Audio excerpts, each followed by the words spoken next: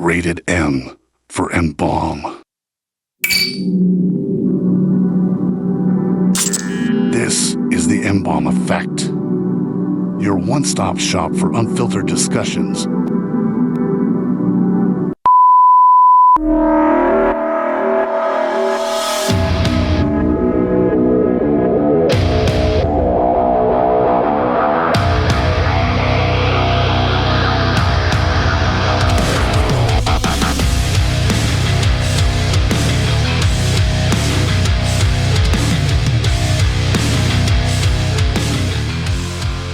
Ladies and gentlemen, it is another episode of the M-Balm Effect, number 239.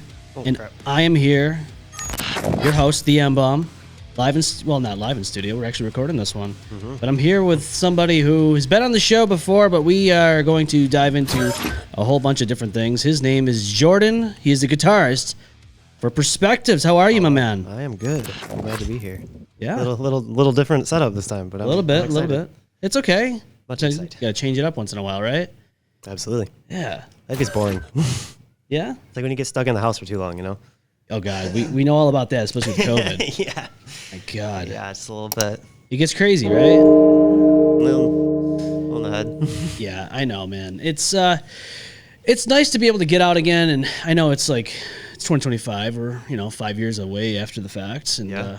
but it did last a little bit. But it's crazy because I feel like parts of it still are very present. You know what I mean? And I think that it affected a lot of us a lot more than we realize. Yeah. You know, I feel like social skills are just gone for a lot of people nowadays. I feel like a lot of us had to kind of relearn how to human, and myself included, in some aspects. So it's been a long process. I feel like, and not only that, between the actual virus itself, but like the mental toll it took on all of us with that mass hysteria that went around. Like when that first broke, man, that was it scared us. That they tried to, anyways. I was reading something on Instagram today. I guess there's a new variant or something like that going on. Yeah, of course there is. I'm not sure exactly how that's gonna affect everyone, but it's I don't think people are gonna be as scared now because we've already gone through it. I feel like the majority of people have already had it. Yeah. Too. I mean, I feel like they're few and far between for people to be like, I've never had it. Yeah. At least in my experience. But I've definitely had it. My wife and I had it back in 2021. So yeah, we were isolated. We were quarantined in the house for 14 days. yeah, back then, that's what it was. Yeah. Now Just 2 you just 5 days? I don't even know what it is anymore. I think it's 5 now. I believe it is 5. I don't remember exactly what it is, but it's kind of nuts though, because at one point in time that was unthinkable. yeah, I mean, that, not only that, but if you had if you got it, you couldn't go to work, you couldn't do anything, and and then they finally put out the COVID pay. Yeah. But that was crazy for a while. I think we actually did an episode with your band Perspectives during that time. I think we all were masked. I might have been. I believe so. Or shortly after. It might have been shortly after the lockdown lifted or something like that. But I do remember. I mean, it wasn't a big deal for us because we already wear masks. You already wore the to begin masks. with. But yeah, dude, I do remember that. God. And then just thinking about that time, it's almost difficult to even think about it now because we're so back to normality at this point. If that's what you want to call it. If you want to call it. I mean, eggs are $1,000, but it's okay. Yeah, it's wild. I mean, but that's the thing is life is changing so much right now. I feel like between not to get into politics, but with the president and how a lot of things just in society are changing. Prices of everything are going up. Cost of living is almost impossible. For most working class people. You know, so it's just a lot that's going on. And it's I remember that meme that was going around for a while that oh, my bad, I should have been instead of being in the 3rd grade, I should have been investing in real estate or whatever. Yeah. It's it's so crazy to think about, but yeah, dude, it is crazy.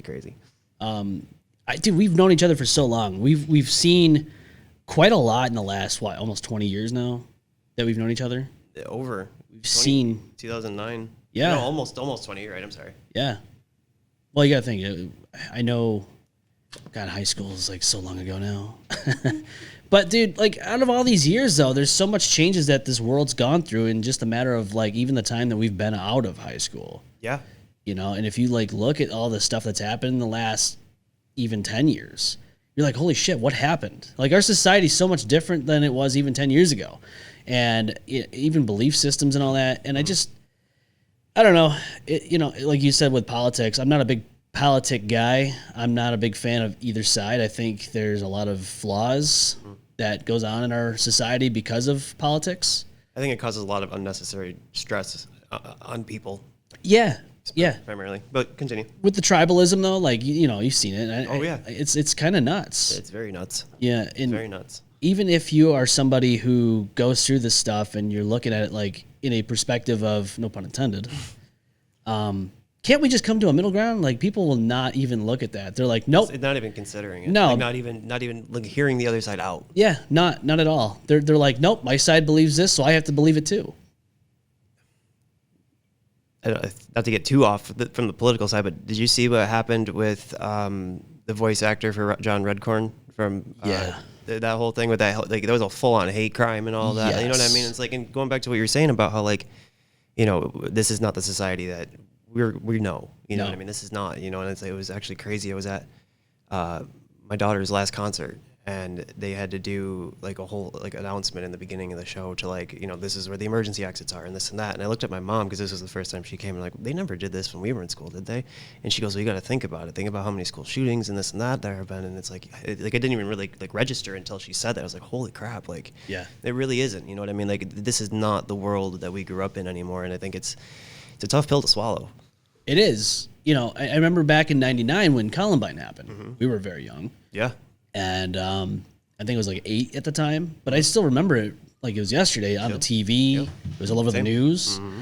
And then the next big one that happened after that was Virginia Tech, which was 2007. Huge. Yeah, that was huge. I remember that too. I was a junior in high school, and this was like about a week or so after the fact that our principal, we were outside playing, I guess you could say, football with a baby doll, just being goofs. Yeah. And our principal, who looked like Dr. Phil, decided to tell us that this is the kind of shit that makes him think that we were going to pull a Columbine. Right. Out of his mouth. Yes. That was the words out of his mouth. Wild. And when you think about it like that, like that's huge. You're accused a child of that. Yeah. Somebody, on no grounds. Yeah. I mean, somebody who's like 16 years old, you're going to sit there and tell them that. Right. I mean, you're a full-grown adult. Mm-hmm. And, you're pretty much profiling us because of the thing, we wore dark clothes. Yep. And we were doing some things that may have been questionable, whatever, but that doesn't mean we have malintent. Right. And truthfully, a lot of people that I've met in our world are some of the nicest people. Yeah. It's pretty wild, dude. And they're some of the most compassionate, caring people that I've ever met, like the metal community especially. Mm-hmm. Awesome people. Yeah, man. And then you got this guy who's in a shirt and tie, telling literally you that, looking like Dr. Phil. Yeah, and he's telling you that this is the kind of shit that makes you think that makes him think wild, that you are gonna shoot up a school. Wild. It is wild. I mean, at that point, like, just involve the counselor. Like, you don't gotta say that. You know what I mean? Like, well, that's just it. Like, if you're legitimately concerned, I could understand. But like, we weren't those kids. No, we were never those kids. And that's the thing. Like, it makes you just think about it. Like, so did he feel like shit when Virginia Tech happened? Like a week after? Do you think? No, you don't think so? Like, I don't know. I it's like that. Like we were just saying. Like we're like. How we're talking about politics, like people who believe what they believe what they believe, and it sounds stupid to say out loud, but it's the truth. It is the truth. And when people have, I feel like it takes a special type of person to be able to truly accept change and criticism. Yeah. And if you're one of the rare ones, great, but the vast majority are just so hard-headed that I don't know. I don't feel like people have compassion and remorse like that, like. Especially for somebody like that in that position where like he probably has seen so many kids go through, you know what I mean? It's like, 100%. You know what I mean? It's just a blur to him, you know what I mean? So like, I don't know. It's hard to say, but yeah. I mean, there's so many things that happen in just the time we were in that school. Mm-hmm. And I know there's things that happened out even before we went to that school. Like I know there was a point in time where there was like a car crash. There's actually a memorial at that school because the kids that were in that car had passed away. Yep. Do you remember the kid had a gun in his backseat, but it ended up being like a paintball gun? I barely remember that, but I do remember that happening. I don't know who. Too. I don't remember who it was either, but I remember it happening. We were, I think, sophomores. I think so. We were young. We were like early high school when that happened. So I remember because it was in the student lot. Jesus And Christ, man. we weren't parking out there yet. You know what I mean? No? Like I was still taking the bus then because I remember it was like early in the day. I'm trying to think because I don't remember when I started We had a driving. whole lockdown. Yeah. I started driving senior year because I turned 17, like the fall of senior year. Okay. So like I went into senior year 16. Oh my God. Mm-hmm. Wow. I got my license like a week after I turned 17. Yeah, it's kind of hard to put in. It's been so long, so like I'm trying to figure out like timelines and all that. I do remember, dude, there was a few incidents that happened. So I started going to that school. I got into high school in 2005, and I think that same year somebody had gotten hit over the head with a textbook. You know how heavy those things are. Mm-hmm. Especially the high school ones. Oh yeah, and then this kid like gets expelled or whatever the case may be, and then later on that year, another kid brought an actual gun to school with intent. And I don't remember the whole story on that one exactly, but the year after that, when I was in 10th grade, a kid brings a knife to school and has a hit list in his locker. I remember that one. And I was thinking to myself, what's going on here? Like, this is 2 years in. Right. You know what I'm saying? And we've had all this stuff happen. Right. So then, years later, obviously, we had deaths in the school where people were unfortunately, I know one girl, she was like 15. I guess she had cancer. Yep, I do remember that one. And that was then when we were in senior year. Yeah. And then there was another one that I guess there's a couple of people who took their own lives. Unfortunately, yes. Yes. I remember them as well. And like you look at that and you go, you think the staff and the faculty would have some compassion after all these things have already happened. So the select few did. I think actually we were just talking about this not too long ago. And there were a handful of teachers that, obviously that was a very heavy emotional year for all of us. There was kids that like didn't even know these kids that were like, yeah, it was hard for the whole school. And, but there were a few teachers who really, I feel like did make an effort, but overall, no, I feel like it was a very like, but I mean, not to mention like schools are like prisons now. Like seriously, like you can't even walk in without getting searched, right? Not even just that, but like the physical way they're built. I mean, it's just painted cinder block. You know what I mean? Like it's just drab and you know what I mean? It's just not conducive to like a healthy learning environment. And I was actually watching a video the other day about like how when you're in kindergarten, everything's colorful and bright, but as you get older and older, like it's like the metaphor of life. Like the color is literally getting sucked out of your life as you grow into adulthood. Yeah, and it was like, holy crap, Look at McDonald's and all that. Look at Starbucks. Like these buildings, especially McDonald's, they used to be very colorful. Mm-hmm. The roofs were red. They had vibrant colors in there. Now it's just gray. Yep. It's very like hyper modern. Yeah, and it's very like depressing. Mm-hmm. It's depressing. Yep. And you look at that and you're like, damn, what happened to our society? Mm-hmm. Like, are we all depressed? Even the corporate world's depressed. Like at this point, just start pumping antidepressants into the water. Yeah, like, we need it. We all need something, man. Get that fluoride out of there. Yeah, I don't know, man. The fluoride is that's a whole theory on its own. Oh, I know. We don't have to get into that. I know. Yeah, it's a wild theory, and I don't know. There's a lot of conspiracy theories out there, and some of them it's I'm not like, for our teeth. I no, promise you that. No, it's definitely weird, man. It's a weird thing for them to just put in our water supply. Yeah, like, and they use the argument like, whoa, look at United Kingdom and their teeth. It's like, yeah, but that they're not always messed up over there. No. You know what I'm saying? No. That's not everybody. That's just generalizing a whole country of people saying that all their teeth suck, which that's not always the case. Have they gone to some of the towns here in New York State? Have they gone there? No. That's a good point. That's a good point. There's some rough ones. Yeah, but the fluoride thing is just, to me, it's wild, dude. It is. I don't know. There's a lot of different theories out there with fluoride, and it's the same thing with like chemtrails, Mm-hmm. But I don't know. I don't know enough to say whether it's true or not. So I don't. I try not to get into those things. Yep. It's a discussion though that is interesting. I feel like it's definitely worth the conversation, but I don't feel like I feel the same way. Like I don't feel like I know it well enough to debate it. Yeah. You know what I mean? But I've definitely done some research into it, and it's wild. You know what I mean? It's kind of like when you start like opening up like the wormhole into like the flat Earth theories, and you're like, holy shit, yeah. some of this actually kind of adds up, and it's just like, okay, hold on, wait a minute, what? All right, hold on, like let's pump the brakes here. So I don't want to get into it because I'm still trying to dive into this a little bit. Obviously religion, there's a whole bunch of religions out there. There's a whole bunch of, I guess, belief systems. Yep. One of them that I've been kind of diving into it a little bit is Scientology, just because, Really?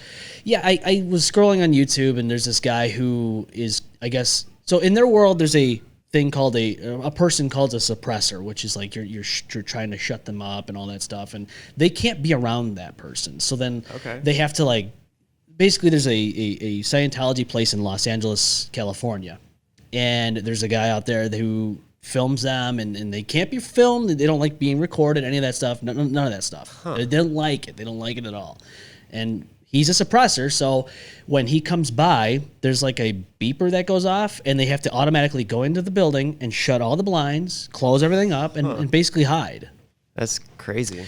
Yeah, dude, there's a whole... So from what I've already understood, you have to sign a $1 billion a billion-year contract. Like, you have to be... You have to work, like, all these horrific hours a day. Like, I don't know. It's a weird concept. They only get, like, $47 a week to do... Yeah, they live in, like, bunks. Weird. Yeah, it's nuts, dude. It's crazy. And obviously, like, this guy's like, yeah, they're a cult. Like, they try to entice people to take this personality test. They try to give them the... South Park made an episode about that, I remember. Yeah, they did. But I'm trying to look up more of this stuff so that way I can, like, actually have a conversation about it. Because, you watch this stuff, and some of these people that are trying to bring more people into Scientology, they have a life before that. Right. And some people have already kind of dived into their life before it. Like, there's this one lady, she's really young, and I guess she used to be like a dancer and all that. And then basically when you join Scientology, you have to pretty much leave everything behind. Everything that you knew in your past, like your family, your friends, you have no contact with them ever again.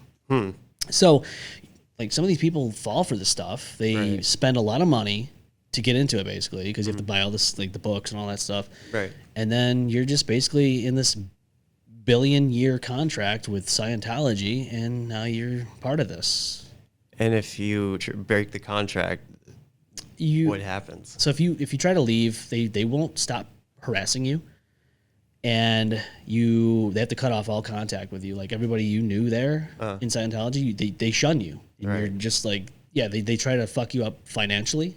I don't know enough about it, but I know enough about it to say I would be weary on this thing if you were somebody who is you know what I mean. But just from what I've already learned so far, I'm like, dude, this is I don't know how anybody could fall into this, but I also do understand that some people are very easily swayed to believe in certain things, and to be honest with you, they're in a way a victim. Oh, absolutely. You know what I mean? Absolutely. Like, other religions, you can leave whenever you want. You don't have to, you know what I mean? But, like, this one here is a full-on... I mean, there's even actors and actresses. Right. Like Tom Cruise is in there. Yeah, I know. So, yeah, it's an interesting one, man. I mean, I'm all about, like, letting people believe what they want to believe, but some of that stuff, I'm just like, that's a little overboard. A little bit. I don't know. I look at that and I'm just shaking my head. Like, if I were somebody, and not only that, like, they try to... Oh, we have a free movie to watch for you. You can go in here and watch a movie. Then we take a personality test. The movie's about Scientology, by the way. So is the book. So it's like everything that they're trying to tell you is just all to entice you to join their cult, right, so to speak. But, I mean, again, this is the same thing with, like, politics and everything. Just people are easily swayed into believing a certain system of belief. But, like, even in the creative world... Even in the creative world, man, you see that there. I mean, there's gatekeepers everywhere, whether it be music, whether it be photography. And I know you're into music. I mean, you're a guitarist for Perspectives. So, I mean, some people are like, hey, this version of metal sucks. And, oh, no, it makes you wonder, why do people do that? Are they trying to make up for something that they're lacking in life? Or do they want to make themselves feel better? I don't know, man. Like, I've also wondered the same thing. Or it's like, I feel like everybody should be allowed to express themselves the way that they feel the most comfortable, and what they enjoy the most, whether that be this, that, or the other, or something that somebody else, like you said, coins as bad or whatever. Like, it's like the whole, like, thing, like my my kids don't like onions because their mom doesn't like onions. You know what I mean? Like, but they've never eaten an onion. They just know that she doesn't like them, so that they don't eat them. You know what I mean? It's just like one of those things where it's just like, let people do what they want. Like, don't force yourself into your beliefs on other people. Yeah, it's stupid. Dude, I see it in photography, man. There's people out there like, well, if you take a photo with your cell phone, it doesn't count. It's not really a photo you should use for it. I'm like, okay, but do you understand how silly that sounds? It's a camera. It's literally a camera you can easily put in your pocket. So if that's the only tool you have at your disposal and you use it, it does count. Yep. Actually, funny story. One of my profile pictures on Facebook, I think it was at the album release show when we played that at Water Street. A kid named Jake took a picture of me with his phone, and it was such a nice picture. I was like, holy crap! Like, are you a photographer? He's like, no, I just took this on my phone. I was like, holy crap! Like, I swear to God. And it was my phone background forever. Yeah. You know what I mean? Like, and we have Julie, and we love Julie to death, and she's like on tap when we need her, and she takes all our pictures and this and that. But I was like, man, I love this one, you know. And like you said, but it was with a phone camera. It's like, I mean, they shoot in 4K. Oh yeah, you know what I mean? Like, there's no reason. I think they even go past that now. Oh, some of them probably. Yeah. I think like 8K or some shit. Probably. Which is nuts to think that a phone can do this. Right, and that's a supercomputer in your pocket. Yeah, it's crazy. It's literally like unfathomable to me. So like, as somebody who's a photography, like, I'm not going to be bringing like the cameras that I have. I'm not gonna be bringing them everywhere I go. It's just not possible. No, it's not gonna happen. So, I mean, I try to bring like at least a smaller body with me, right? Just in case, like, okay, maybe I want to take a photo here and there. Like, I'll have spots in mind, but like, if it's on the whim and I have my phone, I'm using my phone. There's no reason not to, right? You know what I mean? You're still gonna capture what you're trying to capture. The problem is with people though is that like they get a little scared to get into something because they're scared of the flack they may get from the community.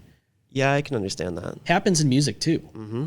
That's why people like sometimes changing genres and stuff. Yeah, that's why some people are scared to like change different styles and whatnot. And you can modify that if you want. If you want to put that down, you can actually loosen this thing if you want. Which one? It's like this one. I just want to like angle it up a little bit. Yeah. That way it's not in front of your face. I know. Yeah, I'm kind of like slouching. That's the biggest thing. Yeah, and then my sometimes back's kind of sore. Dude, I get it. Like these benches. Oh, that's way better. Yeah, way better. Yeah, that's why I always mess with this thing just to make sure that it's comfortable. Yeah, I see what you're saying. This kind of lifts. All right, cool. Way better. Way better. Yeah, man. But yeah, like even podcasting, it's the same thing, man. Some people are worried, like, well, what if I don't have a good enough microphone? What if I don't, do I need video? Do I need audio only? It's like, just start. Just do what feels right. Yeah. You know?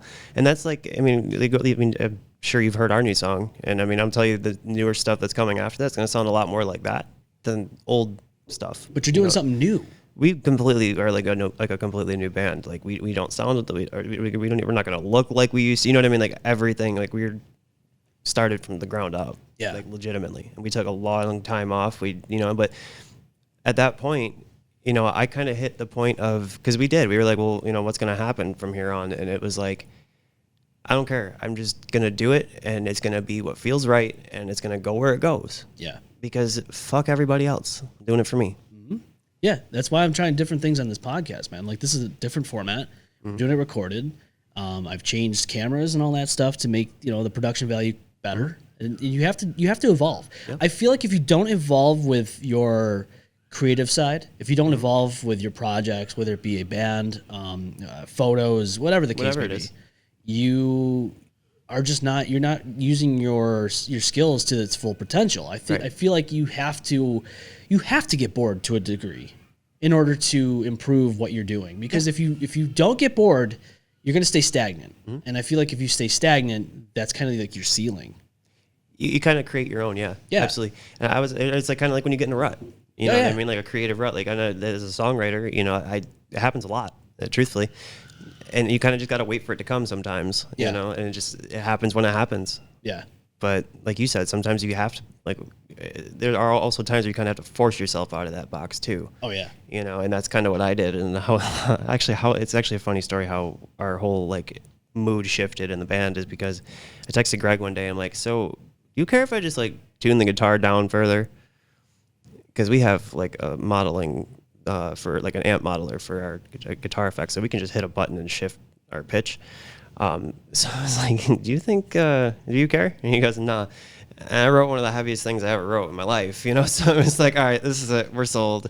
But it was just taking a jump, and it worked. You know what I mean? And it was like we loved it. And it's like you said, sometimes you know you just gotta do it.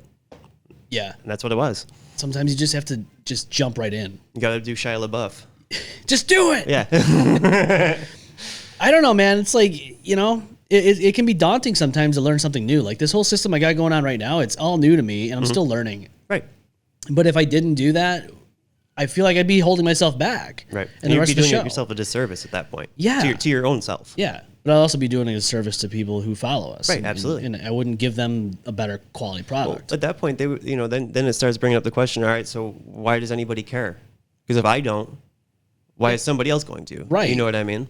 Dude, you know, it's I like to scour the internet. I like to see where other people are doing, just to see what's going on, you know? And I've come across YouTube channels, and you probably could see this in the music world too, where people don't put enough energy or effort in the stuff that they're doing.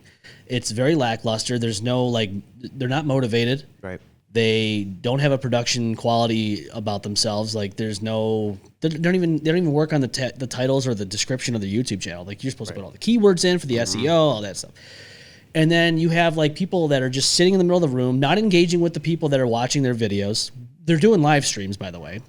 Heard. They're not even engaging with the chat, and they're just rambling about how miserable their life is or what crazy things are going on. That there's no microphones, right? There's nothing that's good quality about it. But yet they have hundreds of thousands of subscribers, tons of views, tons of engagement, and you're like, the person doesn't even care enough to put energy towards their product. Yet people are somehow following this stuff. That's wild. I don't get that. And then you like look at other people's channels that they edit it really well. Right. They put time and effort into the title, the description, the thumbnail. They engage with the people that are watching their videos, and you're like, this person only has like maybe a few thousand subscribers, if that. Some of them are not even that. They're maybe 500 subscribers. Yeah. It's nuts. What's kind of cool though is not to cut you off, but what's kind of cool about that for like at least you know as far as like to like relate to my world, you know, like when we play clubs versus big stages, you know what I mean? Where it's like we can have a much more personal, you know, like so. My guess point being is that you know he might have less engagement and less followers, but those people who he does follow and engage with, or do follow and he engages with, or I shouldn't say he, or that they are engaging with, that's making like real quality connections with these people that probably matter to them a lot. Yeah, that's very true, and that's a good way to look at it, because like I enjoy going to venues that are smaller. Absolutely. Because what ends up happening is you can actually talk to the people that are performing on stage. Like there are bands that came here that I followed for many years, and I got to meet them. Like Fear Factory, for instance, came here to Rochester at Montage Music Hall. I got to meet Burton. I got to meet Dino. I got to meet those guys. I met Dino at Guitar Center, actually. He just walked in one night. Yeah, I was there doing something, and he walked in to buy strings. It might have actually been at that show. It might have been. Because he was just here. That was like 2013. Yeah, it was probably about then. Yeah. I remember it was either that one or the tour before that, but it was around then. Yeah. Yeah. And you get to be able to engage with them, and like they get to meet the people that listen to their music, and that's cool. I think that's awesome. Like, you know, whereas if you play at Blue Cross Arena, you'll never have that experience. They're just another face in the crowd. Yeah, that's exactly. And you're paying top Mondo dollar money. Yeah. So, especially now. I mean, back in the day, VIP probably wasn't too bad, you know, but like there's so much security and everything now, and people are fucking crazy. So, dude, I don't know. You got to protect the artists too, though. I mean, there's countless videos of, you know, like Billie Eilish and like Taylor Swift and shit, and people are just throwing shit at them. Yeah. For why? Because they're nuts. But that's just like something I can't wrap my head around. You know what I mean? They're still people. They forget that. Like the whole shit with Justin Bieber, like when he lost his mind, dude, he was getting so mistreated. I'm not defending him because he's kind of a questionable character too. But point being though is that, like, you know, think about where that kid probably, like, what he probably wouldn't have had to go through had he not become a global celebrity at like what 13, 14, you know. So like if he just lived a normal life, he might have been a normal person. Yeah, I mean, dude, even the professional wrestling world, there was just an incident this past week with there was a female wrestler who. Somebody had made a X account and said that they wanted her to die and that they're disappointed that she didn't die, and then they unleashed all her information, phone number, house, like address, all that stuff. Dude, it's nuts. Wild. That's wild. Dude, do you think technology is the catalyst to why people dehumanize other people? I think it's a huge part of it. It's got to be. Well, I think that the problem is that technology is not inherently bad. I think social media is. Oh yeah. I think that everybody has to put on a show. Everybody has to be liked. Everybody has to be number one, the best, whatever. And like it goes back to nobody ever being wrong. Yeah. You know, because everybody has an opinion, but nobody can be wrong. Yeah. You know, there's no real facts anywhere. So, but you know, think about like when we were growing up, I didn't give a fuck about what anybody else was doing. We didn't have a phone, and I didn't have. The only way we were able to talk was like AIM or MySpace or whatever after school. Yeah. When we got home. And like these kids now, like, and just people in general, you know, like we're so connected. We're not. No. We're not. We're just all nosy. That's all it is. It's all it is, man. Everybody's nosy and wants to know this and that, and they want to have a leg up on everybody else. And it's just like everyone wants to have something to fucking either brag about or cause drama about. Yeah. And our phones are a perfect conduit for all of that. 100%. Actually, it's funny that you mentioned that because I mentioned that on the show before. Yeah. In previous episodes, like back then when we were kids, you know, I think the most technology we had was AIM, MSN Messenger. We would just go in the home. Email. Yeah, exactly. Like you'd go into the computer room in your home. Yep. You'd be sitting at the computer, but then once you disconnect, you're back in the real world. You don't have to worry about people bullying you anymore. Yep. Now it's like these kids are constantly connected to the phone. They can't get away from it. Speaking of which, I actually just this past week I had an issue with my kid and a couple other kids at school. I mean, we've gotten to the bottom of it, and it turned out not to be what I thought it was initially. But there was one kid still that's like threatening these kids, and it's all through Discord.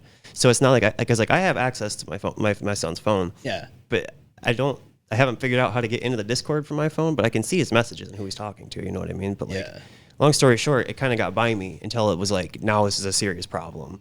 But like even these kids at 14 are like weaponizing technology against each other. It's horrible. You know, it's bad enough as adults. We see this shit all over Facebook and X and Instagram and all that stuff. But like, now you got to worry about your kids. Right. And I actually I was talking to the mother of one of the other kids, and she's like, you know, basically I told her, I'm like, you know, I understand, you know, like we're both, you know, trying to figure this out. But like, I'm like, these kids don't understand that they are growing up in unprecedented times. Technology has never been that successful.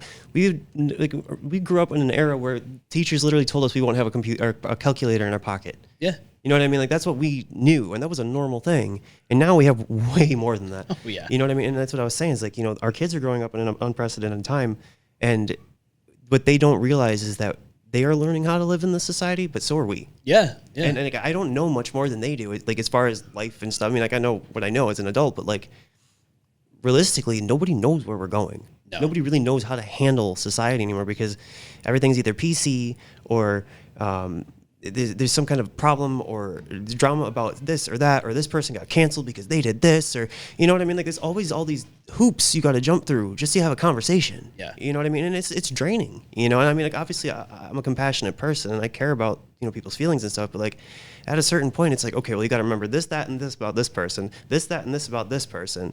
And you got to handle it all. But like, just to be social nowadays, it's tiring, man. It's taxing. It is. You know, and I love my people. I love all of our people. But like, that's why I don't really leave my house, man. Like I'm such an anxious person that like, you know, it's hard, you know? Yeah, it's very hard, especially with like all the stuff that's going on with our world today, anxiety and all that stuff. Like you just mentioned, like it amps it up. Yeah. You know, depression. I've been dealing with a bout of this stuff myself, like within the last few months, and you know, not for nothing, but like communication. I'll always say it's very key. It's very important. Huge. It's probably the most important thing. Yeah, exactly. Truthfully, my whole thing is like I have a problem like being able to communicate properly, just because it's not easy for me to do so. Right. So like as it is for a lot of people. Yeah, and I went camping for a work thing about a month ago, and there was no service or anything like that, so I couldn't talk to Kat, my wife, and I was just in the bed in the cabin. Right. I'm like, oh man, I got a lot on my mind. So I just wrote a whole novel worth of stuff that I was just like on my mind.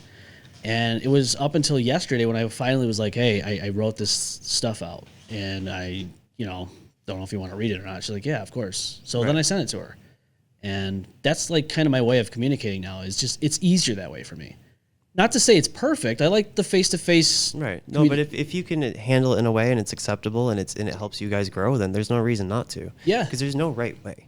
No. I mean, there's wrong ways. Oh, but God, but there's no technical right way. Yeah. You know? So if that works for you, that's great. I just don't want to fall into this line of like, okay, the easiest way for me to even have a conversation with somebody is through text. I don't, because honestly, then I'll always say this, like, it's not the best way to have a conversation. The best way to have a conversation, especially emotional ones. Oh, dude, absolutely, 100%. The best way to have a conversation is like we're doing right now, right, face to sure. face. The second best is on a phone, because at least you can talk to people and understand each other's tones, the voice. Absolutely. Text messages, you have no idea. Right.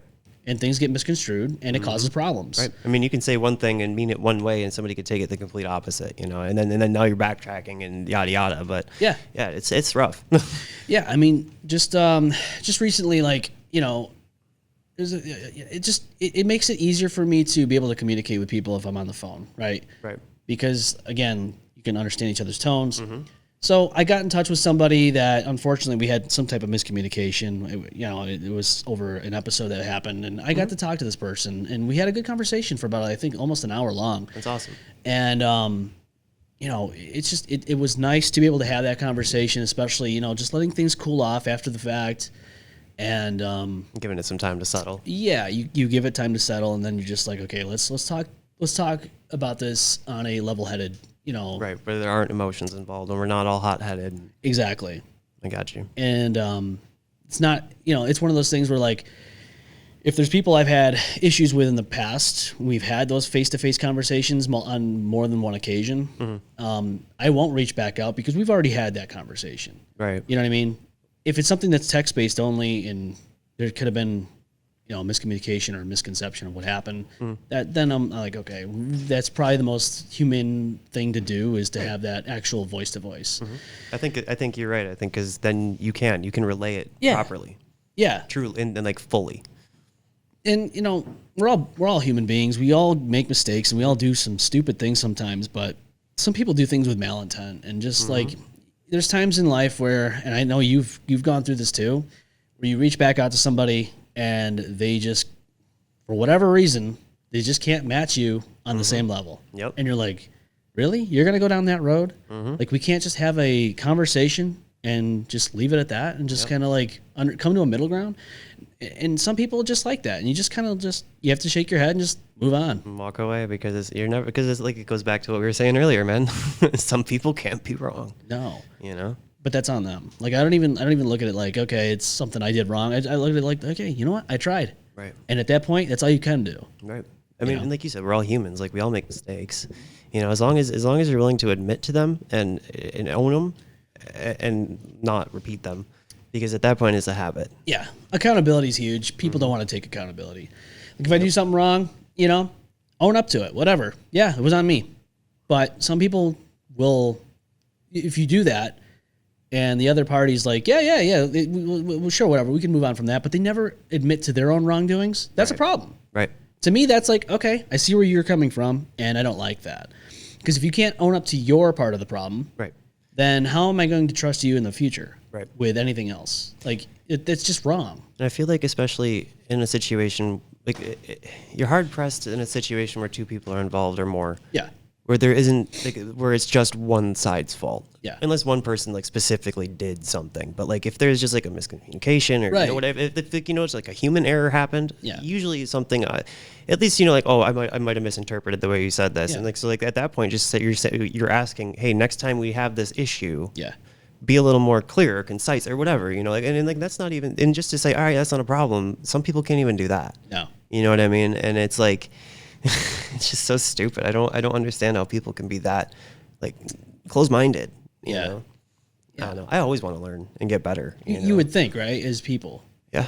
You would want to at least learn from your past mistakes and get better from that. I try to learn from mine and everybody around me too. I try to live my life with my eyes open and my mouth shut. Honest to God, like, I've learned when I don't talk, I don't get in trouble. Yeah. Yeah. And I'm not saying that, I would say questionable things, because, I mean, me, I'm very to myself, but, like, I don't know, like, I don't stir the pot, I don't cause drama, like, I don't want any of that. I'm with you on that. Like, I don't like to stir the pot and all that shit. Sometimes you need to. But that's just it. Like, there's times where I will. You need to. There's times where I feel entitled, like I need to, because especially if my time's been wasted, Absolutely. and I've been lied to, or somebody's done something that shouldn't have been done and nothing gets resolved, then I'm going to just say fuck it at that point and just say what I need to say. There's absolutely time and place. Yeah. As for drama, I don't have any time for that. And I don't want it. Nope. I don't want it. Don't need it. Keep it over there. And there's people that have caused problems in the past that, it really got more towards the point where I was like, I would say in my late 20s to 30, when it started to be like, okay, I'm not fucking going to tolerate it anymore. But now more so than ever, after having a kid, that is where I was like drawing the line. Like, I'm not doing this. Right. No more of this shit. Like, you need to grow the fuck up. I'm not playing your games. I'm not doing these little mind game things you want to do. You want to sit there, read my message. I see you read the message because it's the fucking check mark. Right. And then you don't want to respond to me. It literally tells me. Yeah, it literally tells me that you read my message and you don't want to respond and give me I'm trying to communicate to somebody and they read it and they don't want to fucking like respond. Right. Guess what? That's on you then. Right. Because you're making the effort. Yeah. And it really holds true because you see these memes all the time like, oh, if you stop texting people first, and I'm not saying this is always the case. Look, we all have our own lives. We're always busy. Yep. Everybody's busy. Especially people with kids. Yeah. And that's the thing. Like, there's people out there that don't have, kids, or some people don't even have jobs. And they're, for whatever reason, they're like, I'm always busy. Okay. Are you sure? Because my business. What? Exactly. That's what I'm saying. Like, somebody who's working all the time, who's got a family, and just, I try to find time. I mean, at least a few seconds text back, hey, how's everything going? Right. Right. I mean, I never got that either. Again, like it's literally seconds. Yeah. It's literal seconds. Seconds. So, I mean, if I'm literally not worth that much to you. You know what I mean? Like, I 100% agree. Value. Yeah, it's the value. I've always said it. That's how much they value. It's like the same people that'll spend thousands of dollars to go see a big name come play in town, but they won't even spend like $15, $20 to go see their friends play at fucking Montage or something. Back when I first started, it was only 10. Actually, we had like $7 tickets back in like the early days when I first started playing. Think about that for a moment. Right. Seriously. And how long's it been? Shit. Since you started? Like 2011, I think, was my first show. Yeah, think about that for a moment. Fucking 4 bands ago. Shit, dude. And now 15 years ago. Yeah. 15 years ago. Yeah. Damn, I've been playing guitar for like 20 years. Yeah. Damn, dude. That's crazy. You've been doing it longer than I've been doing podcasting. So. Oh, hell yeah. I've been playing guitar longer than a lot of people have been doing a lot of things. Yeah. It's crazy to think about that. It really is. And talk about like commitment. And it's funny because like I remember back in high school, dude, like I would like, because I was grounded all the time. And so I would just go home and I would do my homework or whatever, or not. And then pick the guitar up and I would play guitar until mom called me down for dinner. Yeah. Eat dinner, go right back up, and I'd keep playing until I went to bed. Like literally like 8 hours a day or more. Weekends too. I went over to Brian's house or whoever's house that I was going to. That thing came with me. Yeah. I mean, I was committed when I was first starting. And then, as I got older, like I took a few years off. But it's always been there, Yeah. And it's just crazy. It's crazy to think about how far I've come with that, because like I bought my first guitar. It was like a cheap ass like first act guitar. I bought it for like $40. I had to ask my mom for an advance on my allowance. Jeez. I had to cut the grass for free for like 8 weeks or something like that. Really? Because I got like $5 a week. So yeah. But yeah, it was so funny. But yeah, that's how I bought my first guitar. Yeah. I mean, when it comes to music and all that, man, like I've listened to music for so long, and I've always wanted to get into it, but nobody that I knew at the time would they never wanted to do anything with it. So I'm like, that's just kind of how it went. Mm-hmm. So then my second thing was like video and photo. I remember you doing that back in high school. It's funny. A lot of people laughed at me about the whole band thing. They're like, "You'll never make it. You'll never make it." They do that a lot. And look where we are now. Yeah. I mean, it took some time, but I'm glad it happened now. Yeah. And not when I was 20. Well, that's the thing. Like, everybody wants to compare themselves to, oh, this person started doing this thing when they were 22, and look at me now, I'm 34. Like, who fucking cares? There's people that don't do anything successful until they're 46. I mean, wasn't it like Colonel Sanders, like 65 when he started KFC? I want to say that's somewhere around there. I want to say, yeah. So think about that for a moment. Right. It's never too late. The comparison of others is the thief of all joy. Isn't that the saying or whatever? I don't know. Something like that. The comparison. Yeah, I know what you're talking about. It's funny though, because I was just gonna say, like, one of the biggest things that I hate hearing people say, because like when I talk, obviously a lot of people have talked to me about guitar and music. I mean, countless shows and whatever. But the one thing that I hate hearing the most is that people try, and they're like, "Oh, I just can't do it." do you mean you can't do it?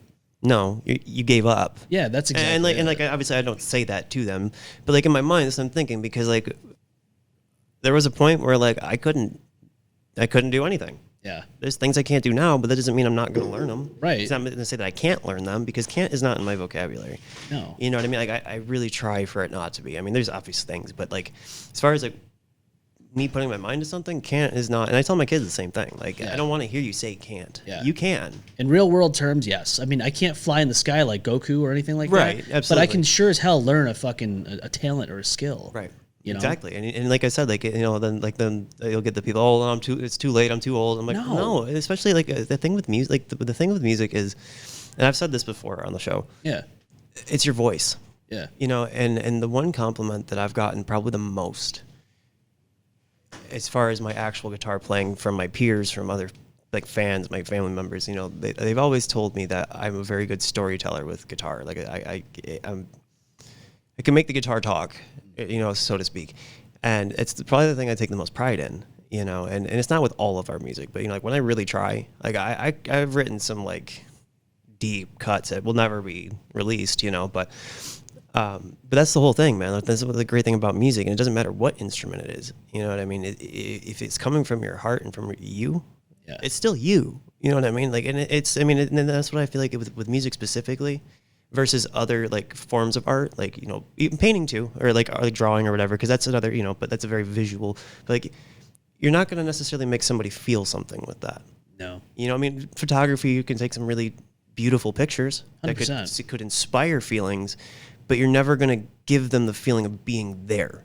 Whereas when you listen to a song, it can, some, not all, but some can put you there. It's a tough one, especially with like photos.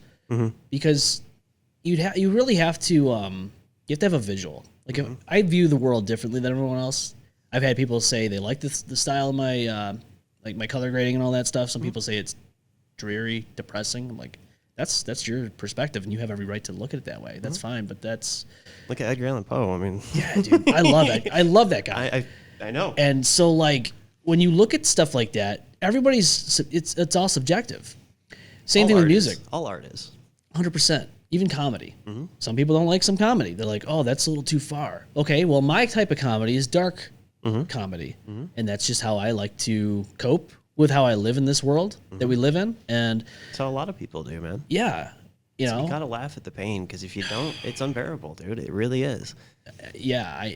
We talk about mental health a lot on the show, and more so now than ever. I know people will, you know, make a month like this month right now. June is Men's Mental Health Month or whatever. I'm not about the months. I'm not either, dude. Here's the thing: it's all just a attention grab at this point. And even corporations will do the same thing. Like they'll try to change their profile. I'm not about that. It's just a very disingenuous way of saying, "Hey, look at me, guys. I'm a part of this thing." It's super tired. Yeah, it's dated at this point. It's very corporate. I don't find it to be genuine. It's not legitimate. I mean, look at what happened to Christmas, dude. 100%.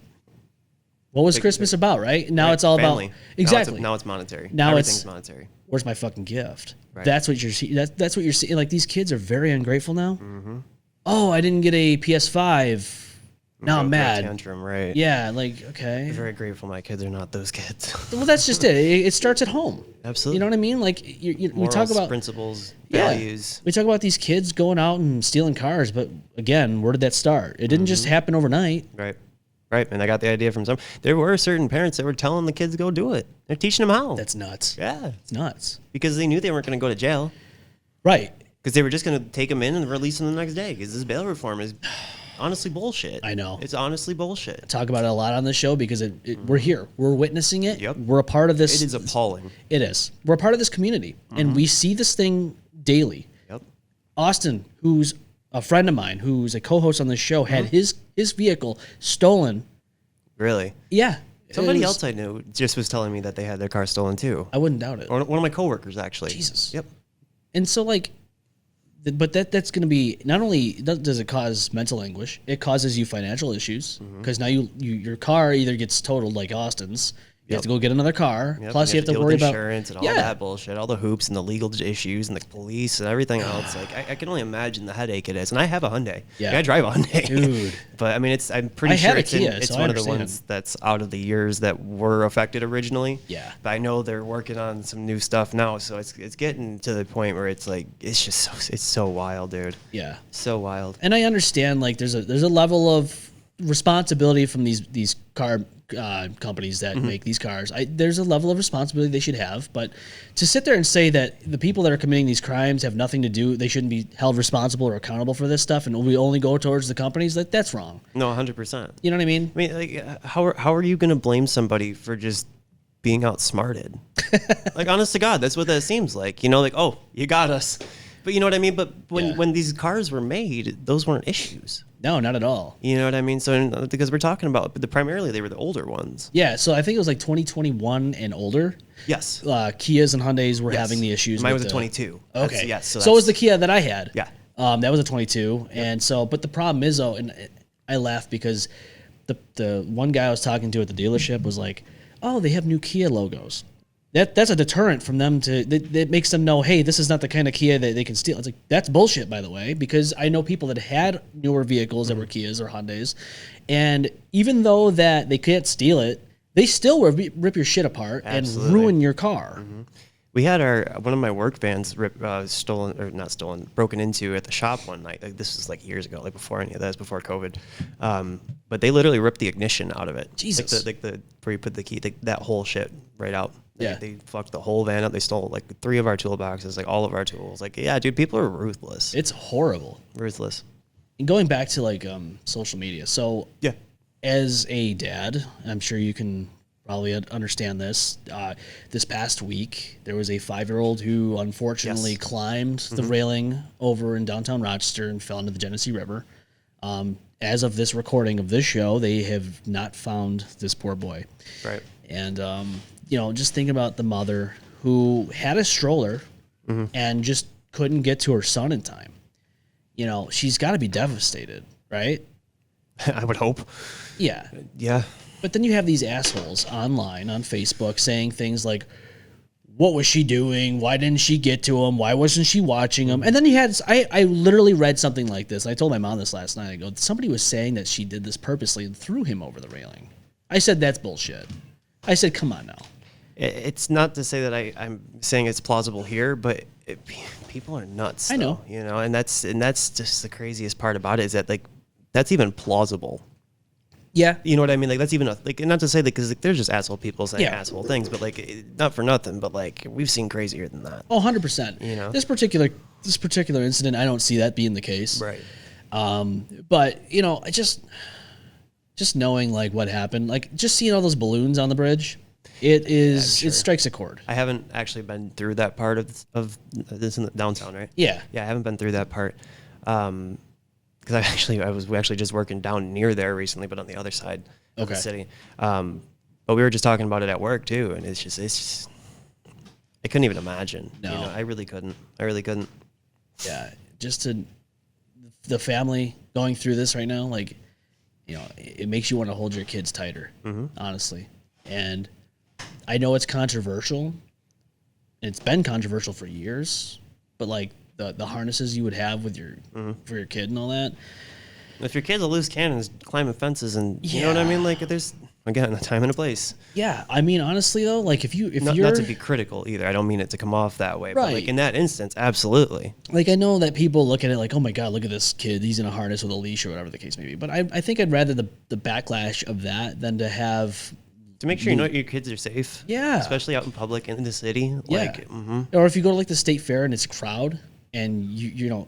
Dude, Especially small kids. Kids are very quick. Like, you try to hold Harrison's hand and he'll try to rip away from it and then he'll run. Oh, yeah. And I'm like... They're quick, too. That's what I'm saying. They're quick. And the craziest part is that, especially in a crowd, they can slip through. Yeah. Super, because they're so small, they can just gone. Whereas You know what adults I mean? like us, we can't You do have that. to push your way through, you know Yeah. what I mean? I mean, I'm fortunate that, like, I'm the type of person that I am, and, like, I've been to so many shows that I can navigate crowds pretty well, but, like, Yeah. even as, like, and knowing that about myself, like, my kids are always in front of me. Yeah. Always. Always. Or, Have to be. or next to me, one of the two.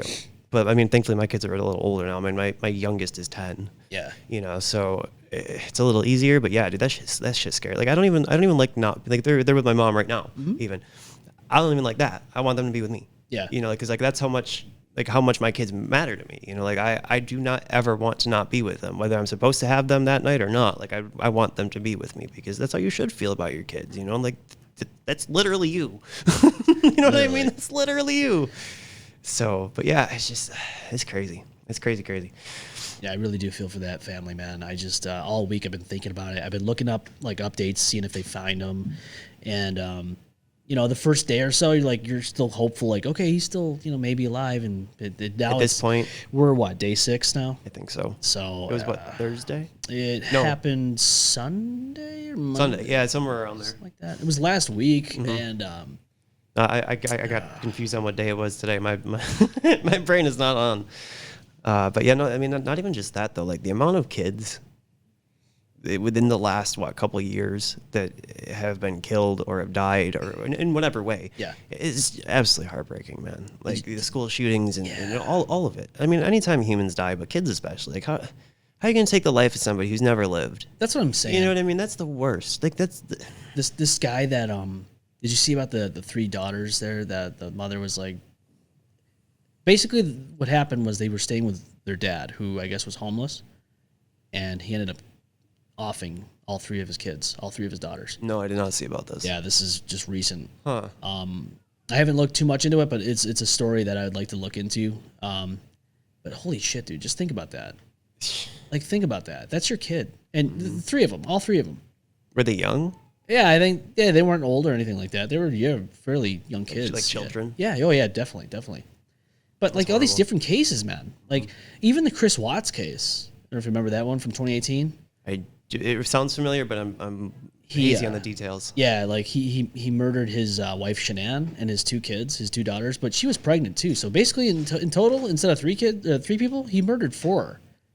And that's crazy. And then he tried to play off like, oh, they're missing, and I want them to come home. And then they finally. I do remember that now. Yes, I do remember that. The documentary's out now. My wife and I just watched it last week, and I remember initially when it happened, hearing about it on a radio show, like, oh, this guy did this and that, but like watching that documentary, like, holy shit, dude, like, this is the world we live in. Yep.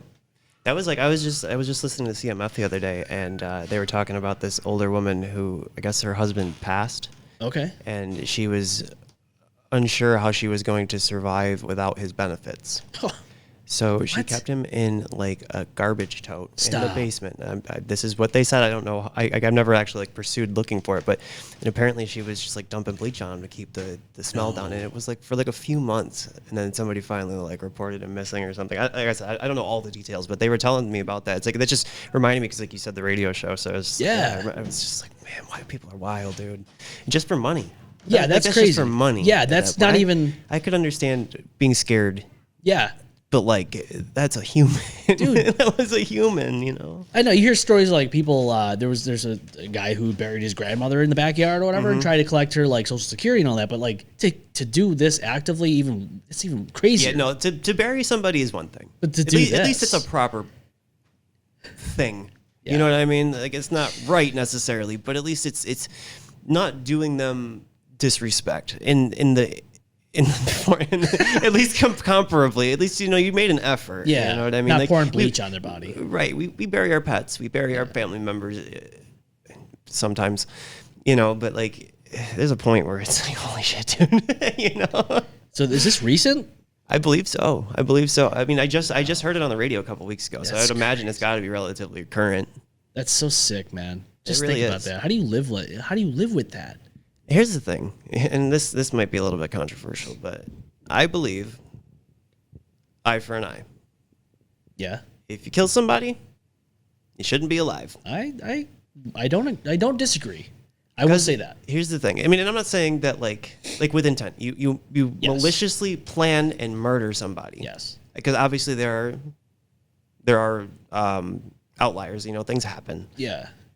But I mean, it's the same idea, especially with the kids, man. Like, you do a crime against a kid, you have no further use to society at that point. And not to mention, we're putting them in jail and paying how many thousands of dollars to keep them alive every year. Yeah, I agree. They're never getting out. You're basically you're spending all this tax money to keep them alive. To teach them a lesson? For what reason? What's the lesson? They just do they even feel remorseful? Even if they do, who cares? But here's the thing, like, have they not seen the serial killers? Like all these documentaries, they do the interviews. Like the one guy was like, "Yeah, I don't feel remorseful." And he told this to the interviewer. He's like, "I'd kill you right now if I could." I do remember that actually. I don't remember who it was, but I do remember that. But we're paying to keep these people alive. That's my point. You know what I mean? And then we're talking about how we don't have room in our jails. Okay, well, we can make room. We can make room. There's some people. So, like, we've been covering the Sam Nordquist case. Yes. That happened in Canada. Yes. I remember that was fairly recently. Yes, very recent. It was earlier this year, like January, February. Yep. And that was horrible. It is horrible. Horrible. And I said this last week on the live stream that I did by myself. I said, we really need to start thinking about the death penalty, like capital punishment. Like these 7 people that are involved. There's a use for it. That's all I'm getting at. Yeah, I mean, honestly, for something so horrific and so heinous, throw them in the electric chair or whatever and just get it done with. Mm-hmm. You know? There's even more humane ways if that's what we want to talk about. I mean, lethal injection. I mean, we can fucking put a bullet in their head for all I care. It's a lot cheaper. It is a lot less paperwork, I bet. Oh God, yeah. I mean, I know that like that's an argument with people who are humanitarians, like, oh, the lethal injection. What if it goes wrong? It's like, but did they think about that when they were hammering people's heads in with hammers? Right, because I mean, if they're at that point, that doesn't matter. I'm sorry, they're not humans anymore. Because I mean, the thing is, once you go into jail, you lose your rights. Yeah, you are literally dehumanized when you go into the system. Yeah, and at that point, because I mean, that's what differentiates us from animals. Yeah, we have morals and beliefs and this and that and the other, but as a society, we have rights. Yeah. And when those are taken away, you've got nothing. I mean, it depends. Again, it goes back down to the crime you commit. Like, I'm not saying, like, this should happen to somebody who was pulled over and, they had marijuana on them. Like, right. Well, I guess the point I'm trying to make is that there should be levels to it. 100%. You know what I mean? That, like, not everybody falls in that. Like you said, like, there are petty criminals, people who just, broke into somebody's house and yada, yada. And I mean, there's 100%. Like, I know people who've been to jail and some of the best people I've ever met, honestly, and they've helped me more than most people. Yeah. And that's the truth. But the system doesn't really work. It does for the people who are normal human beings and maybe made a mistake, but overall our system doesn't work. Like, look at the guy who went up to Buffalo and shot up that Tops. Why is he still breathing? Yep. Why is he still alive? I don't know. That's the type of shit I mean. Like when you plan and like carry out like a malicious, vicious, violent crime, there's a time and a place. Well, that's just it. Like, some people fall down on their luck, right? You get in a dark point in your life. You do something stupid. Yep. Make a bad decision. It happens. It happens. But this is not that type of scenario. No, this is just ill intent. You went there knowingly. To cause pain. Exactly. You went there knowingly what you were going to do. And you did it. Yeah. And on top of that, I highly doubt that guy feels bad about it. I highly doubt that he has any remorse. There's no way. People don't do that. No. And feel bad about it. You know what I mean? Because like obviously like that's something that they felt strongly enough about to do the worst possible thing a human could do to another human. Yeah. Well, I mean, I guess maybe there are worse things, but to end somebody's life, I mean, you really can't do worse than that. I mean, aside from torturing them, but I mean, like taking somebody's life is like top of the list, Like that's wild, man. I mean, yeah, especially when you go in there and you murder multiple people. Yeah, well, that's what I mean, like mass murder, especially. I mean, like obviously you could talk about like sex crimes and yada yada, right. But like killing somebody, like I couldn't imagine doing anything of that, like, but like taking somebody's life, like I don't think I could ever, even if I had to. Yeah, you know what I mean? Like I don't know. That's a line. It is. What I mean? That changes you. It does. It's not something you just do and then just move about your life. Right. Unless that changes you. Unless your brain is wired that way. Right. Like with this case with Sam, it's not for nothing, but the people that were involved in this case, in this crime, they are not all cooked. Mm-hmm. I mean, the two of them, the two guys that were in there, they were serving time for, doing things with minors. Right. Which is crazy. And they're just let out like, hey, you served your time. You're normal now. You can go back out in society. It's like, what? Right. Like I said, there's no rehabilitation. Thank you. Yeah, dude. But yeah, that's what I'm saying. Like the system doesn't work because it's rigged. The whole thing is rigged from top to bottom. Because it's all, again, it all comes down to money.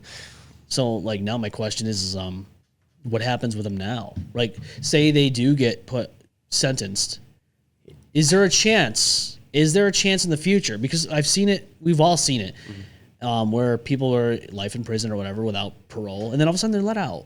Right. Like, look at that kid that killed that young boy back in the day. Like, he was 13 years old. He took this 3 or 4 year old. I think I remember. He took him over by the railroad tracks, sodomized him with a stick, and then killed him. Yes, I do remember. His name was Eric Smith. And we talked about this when he got released. I was like, how could they do that? Like, how could he was that messed up as a 13-year-old to not only plan it. This is all premeditated. He did this as a 13-year-old kid. Right, like it wasn't like accident. Shit, this happened. Right. Like he did this. Carried it out. He literally lured this kid to this area, did the thing he did, and now we're letting him out as a 40-something-year-old man. God knows where he is now and what he's doing. And what he did in jail. Exactly. It couldn't be good for his mental psyche to be in jail for all that time. No, and here's the other thing, and I was gonna say this too, for like the case like with Sam, and these people who are not gonna get charged. Here's the problem with that. When you know somebody is guilty, even if it's like something that bad, if they get out, somebody's gonna take the law into their own hands. Well, that's exactly it. I 100%. I did segue into that thought process last week when we were talking. I was talking about the updates to the case.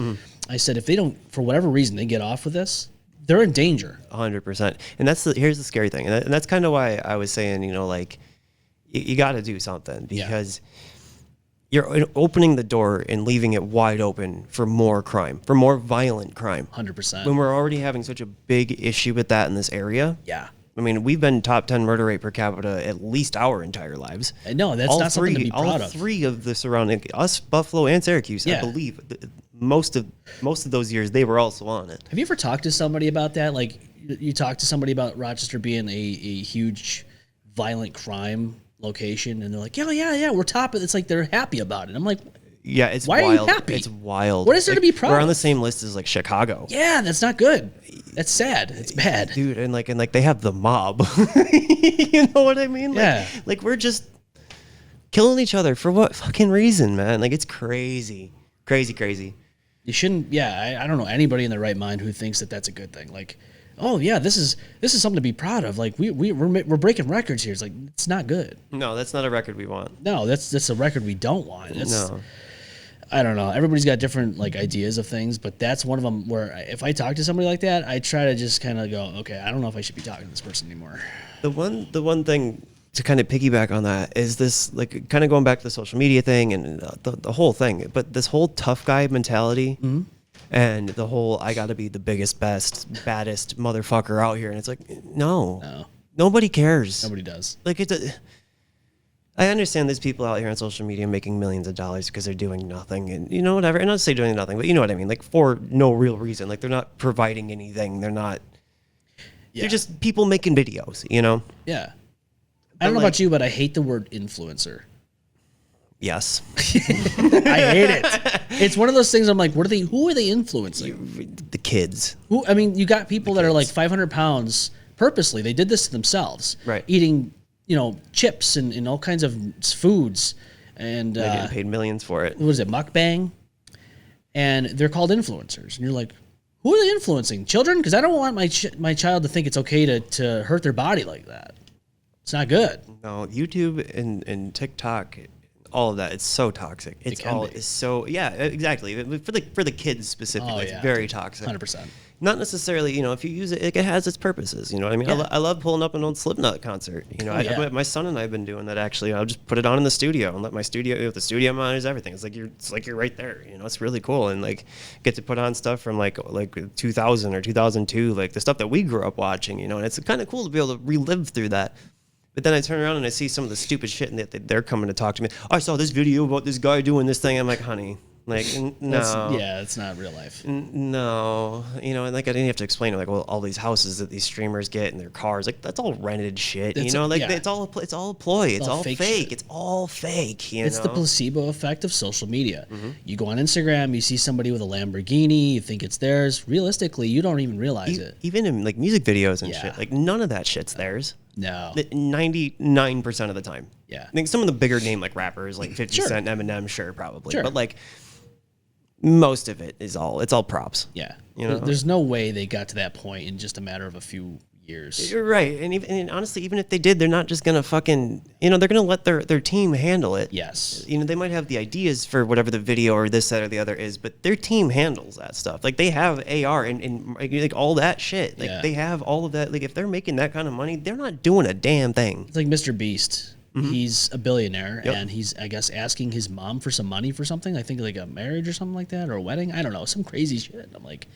what? The guy is asking. If that was my kid asking me money, knowing that he's got all this stuff going on for himself, I'd be like, are you fucking joking? Do you not see what you've done with yourself? Right. And you're asking your mom for money? What? That's wild. Yeah, That's wild. It is wild, dude. Like Mr. Beast, the guy who's giving away all these fucking all this millions of dollars to people, and you need money. Did you run yourself out? Right. What's going There's on no there? way. There's no way between all of his different, because he's got like candy bars yeah. and fucking He's got all kinds snacks of- and drinks, all kinds of shit. And then not only that, but then his all the videos and shit. I mean, they're still getting views. Yeah. Oh yeah. I'm not going to discredit what he's done, but like when I heard that this week, I'm like, really? That's ridiculous. I remember. It's crazy. I don't remember who it was. I do remember recently that somebody's like employee handbook for their like editing team got leaked. What? Really? Yes, I can't. It was like a big, like somebody comparable to Mr. Beast, like somebody up there. YouTuber, music? Yeah, YouTuber. Oh, okay. I just wish I could remember who it was. But yeah, it was really like kind of strange how they worded certain things and like how they wanted like how like the focal point needed to be about X, Y, or Z, and like it was just very odd. Yeah. But I feel like he was one of those YouTubers that had like some weird shit thrown his way recently. Like somebody tried to cancel him for something, like Jesus. because of like mistreatment or something. I could be completely wrong. I don't know. Sounds like Ellen DeGeneres. Mistreatment of the staff. Oh my god, yeah. It's nuts. I forgot about that. When that first came out, people were like, no. I could see it. And then they came out, like people started coming out like, yeah, no, she's really not a nice person. I could see it. And it's like, well, you know what? What you see on their TV shows and all that isn't always what it seems to be. There's a reason they're actors. Yes. That's all I'm saying. Look, I'm not going to sit there and say that every person on television or in Hollywood or anything It's like that. inherently bad. Yeah, it's just there are people out there that have everyone fooled. And when the time comes, because you can't hide forever. You're not going to hide forever. Somebody's going to say something. And when the time comes and there's evidence to this, just be prepared. Right. Because you're going to be exposed for who you are. And unfortunately, for everyone else that's been fooled, now we have to come to terms with that. Like, oh, I actually enjoyed this person's TV show. Remember Bill Cosby? Yes. Bill Cosby's one of those people. Michael Jackson? So with Michael Jackson, I don't know about you, but I've been kind of diving into this a little bit. Apparently, and I don't know if it's true or not, but there's conspiracy theories out there that he was being, I guess you could say, thrown under the bus with pedophilia and all that stuff. And I guess, I know the running thing was that, okay, his what's it called? Everland or Neverland? Neverland, yes. Neverland Resort. This is ranch. where he would take kids or whatever. And no, I don't know. Blanket. Yeah, South Park, dude. South Park. I couldn't help it. I'm sorry. I held it in for a minute, but I just You're gave out. No, don't get me wrong. Like, did he do what they claimed that he did? I don't know. Did he?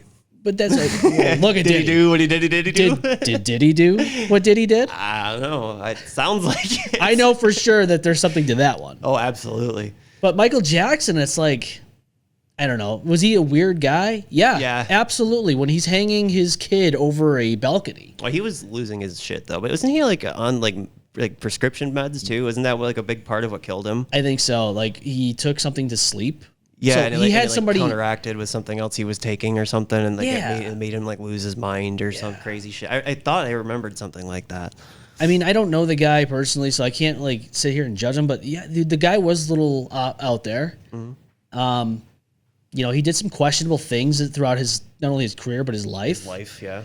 And, you know, I'd be a liar to say that I'd be lying if I said I didn't enjoy any of the music that he made.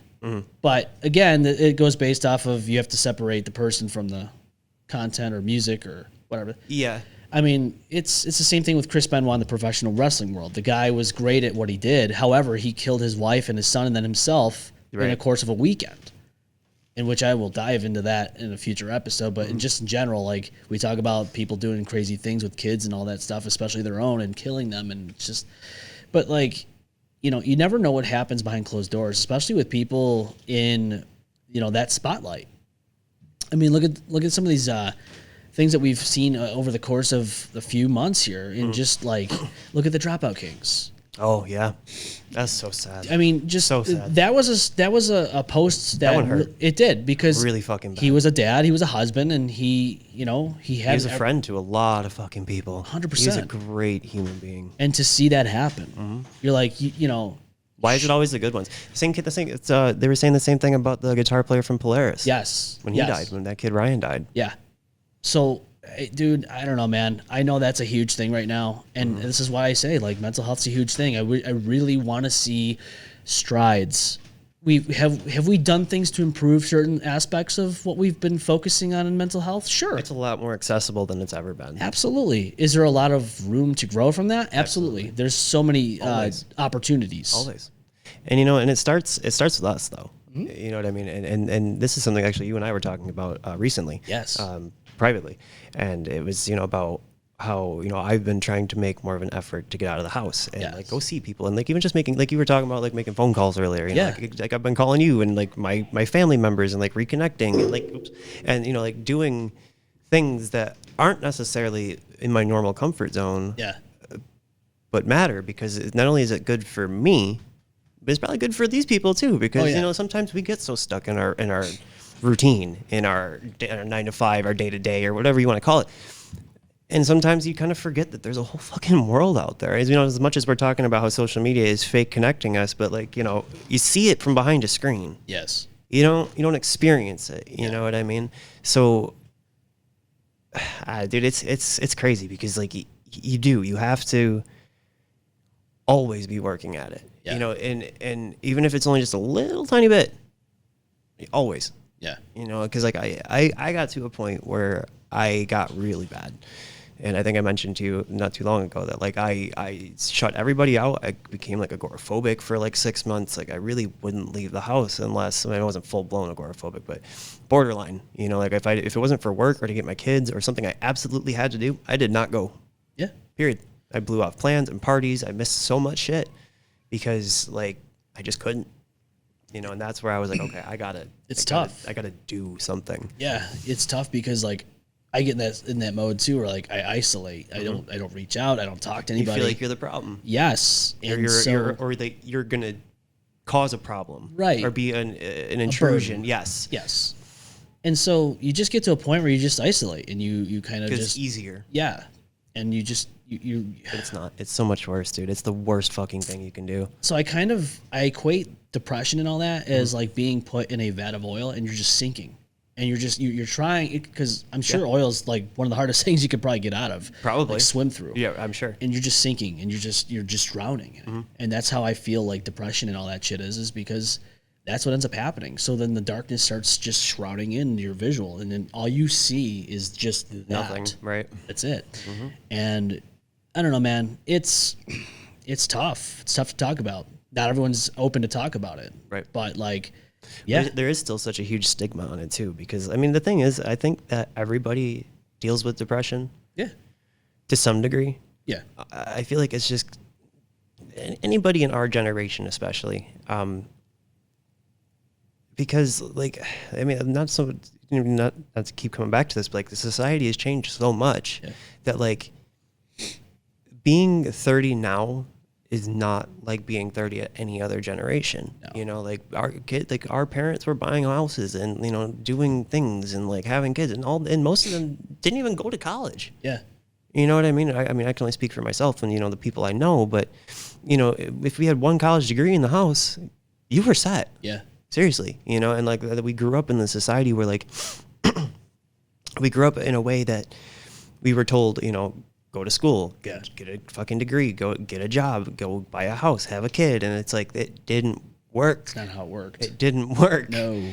You know, and I'm almost happy that like in a way, I'm really happy that I did things the way that I did, because I had my kids young. Yeah. You know, my son was born when I was 18. Yeah. You know, my daughter I was 22, you know, and I don't regret it. I never have. Yeah. But I'm almost happier because I don't know what the next 20 years is going to look like. You know, and that's what I'm the most afraid of. Yeah. You know, and our kids are growing up in this world and nobody knows where we're going. No. And it's becoming more and more. I mean, there's a literal war happening right now. Yeah. A pretty big one, too. Yeah. You know, not for nothing. And I mean, not to mention all the bombings and all the stuff in the Middle East and everything else that's been going on.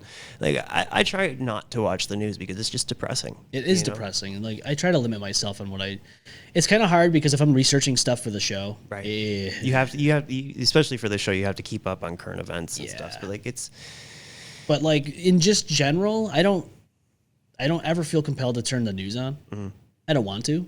I think the last time I actually like watched the news was when when the Russian-Ukraine war like really first was like getting underway, and it was probably one of the most disturbing things I actually witnessed, like being shown on TV. And like, granted, you didn't even get to see what happened, but it was when they were dropping the thermite. Oh yeah, yeah, that was nuts. Imagine living there through that, and because like, that shit like literally will like eat through armor. Yeah, imagine it landing on a human. Yeah. Nobody understands, like, no, that's disgusting. Like, that's disgusting. Yeah. Like, that's a chemical, like, flat out chemical warfare. Yeah, isn't that supposed to be war crime? I believe so. You'd think, because I thought that was a huge thing. But I mean, we haven't gone to nukes. No. We're still alive. But that's the thing, like... At that point, though, it would be stupid to do that. Because at that point, that's just a pissing contest. You are literally ending yourself in the midst of it. And you're not going to gain anything. No. Because especially for a small country like Ukraine, like if you drop a nuke, that whole country's gone. It's gone. And so are you, though. Mm-hmm. Literally. You are literally next to them. Yep. And that's it. What do you do? And not to mention, like, with the UN and everything else, one of those goes up, the world's over. That's it. That's it for the human race. Oh, yeah, 100%. I mean, for the Earth at that point. I mean, look at the damage that happened in Japan with Hiroshima, and they're just now getting back to some form of like vegetation there. And think about even like or Chernobyl. I was just gonna say the nuclear meltdowns that happened in Chernobyl or Fukushima, and that one's more recent, in 2011, and yet there's people going there and showing that it's just a ghost town over there. Like these places are inhabited. From what I was reading, I guess something is going on in Chernobyl after all these years. Yes. Yep. The wildlife and the vegetation starting to come back. I was reading the same thing. The Earth is like repairing itself in that aspect. Which is crazy because that radiation, because what is it, like the half-life or whatever of that? Yeah. It's supposed to be like thousands of years. Yeah. It's a long time. Or hundreds at least, you know what I mean? So for the fact that it's already starting to heal a bit, it's awesome. Now think about this. Being a resident in that area, nobody said a word. People are just starting to get sick. That government's pretty fucked for doing that. Just looking at what they did during that moment in time where people are like, I'm getting sick. People are losing their hair. Radiation poisoning. Yeah. And then they had to kind of come clean and say, oh, this happened. Like, they were just waiting. From Chernobyl, you're saying? Yeah. They were just like, we're just going to let this go. We're not going to say a word about it. And all these people are just going to get sick. That also happened for Pearl Harbor. Oh, yeah. They knew about that, too. Yeah, I was just going to say there's a conspiracy theory on that. Now, whether it's true or not, I don't know. But they were saying, like, all their... False flag initiative and all that shit. Mm-hmm. Yeah. And I'm just like... Yeah. Just think about that. For like, in what we know today, for what we've experienced already in our world, it doesn't come to a surprise that could be a possibility. Especially given just how governments, and not even just our government, just government in general, is. How corrupt it is. And what I think the most sickening thing to me as a human being on this planet, specifically living in America, is how much money rules. Yeah. That's like the biggest thing. Like, because like, if I could, I would live without a dime. You know what I mean? Like, I don't need things. You know, like I need my family, I need my people. That's it. I need a roof. Yeah, of course. I need the basics. Yeah, but like I don't need flashy, extravagant things. Like I've worked for what I have for the most part. You know, I mean, I've had my help. You know, I'm very blessed and fortunate for that. But you know, as far as like, you know, I bought my own guitars and like for my own self, like for my hobbies and like things that I do, I try my best to fund and do all that myself. So it's like beyond that, I don't need things. No. I want my kids to be happy and healthy. That's what matters to me. That's 100% it. Like, and you can attest to this because it costs a lot of money to buy equipment and gear for the things that you do for music. You know, and My live rig is almost 10 grand. That's what I'm saying. Or no, like 5 grand, I would say. Yeah. But still, I mean, that's just what I'm using right now. That's just one thing. That's just what I have right now. Yeah. That's what I'm saying. Like, I've had 5 or 6 other setups that were comparable in price prior. Yeah. You know, and I've had to, you know, I mean, I've borrowed a little money here and there, and I've been fortunate to know some of the right people and get some good deals. But like, the actual value of the stuff that I've had is up there. So then when people complain about ticket prices, like think about what you're paying for. I mean, I mean, and not everybody operates the way we do. But we do everything in house. Yeah. We from top to bottom, we record, track everything, literally in my house or at Greg's house. We're also working a little bit with Tony. But like that time, effort, energy, like we do all of that ourselves. Yeah. You know, we do our own merch. I mean, we don't print it, but like, you know, we come up with our designs, or like we work with people to help make our designs. You know, like Kirsten's been huge for us. And you know, a handful of other people. You know, we have an artist for our shirts that we do, that we work through. We've been using him from like day one, you know, but like all of that stuff takes time and energy, and like as you know, so like, but that's what you hear, you know, like same thing with us, and like with this and everything that you do, what they're seeing and hearing and everything, you're seeing a window. That's it. A very narrow one of the time that we put into our crafts, you know, and especially with something, you know, with like mixing music. I mean, it could take literal months. Yes. You know, AGD just put out their new song, I think, yesterday, A Greater Danger. And I went out to their studio, I think a couple months ago now, and hung out with them because obviously they're all good friends of ours. And they were actually working on the mix to that song then. And it was like done. Yeah. But they were telling me like, we've been working on this for so long and yada yada. I mean, like every member of that band, they're all amazing people, but like, and they're all so talented, but they all work together on their stuff too. Yeah. And just to see how much effort and know how much effort, and like to see them put this out and I called them all yesterday actually. And I was like, guys, I'm so proud of you, you know, like, but point being though, is that like, we put so much into this. And like you said, if you're going to complain about a $10 ticket, number one, you're not a fan. Number two, you don't care about growing your community.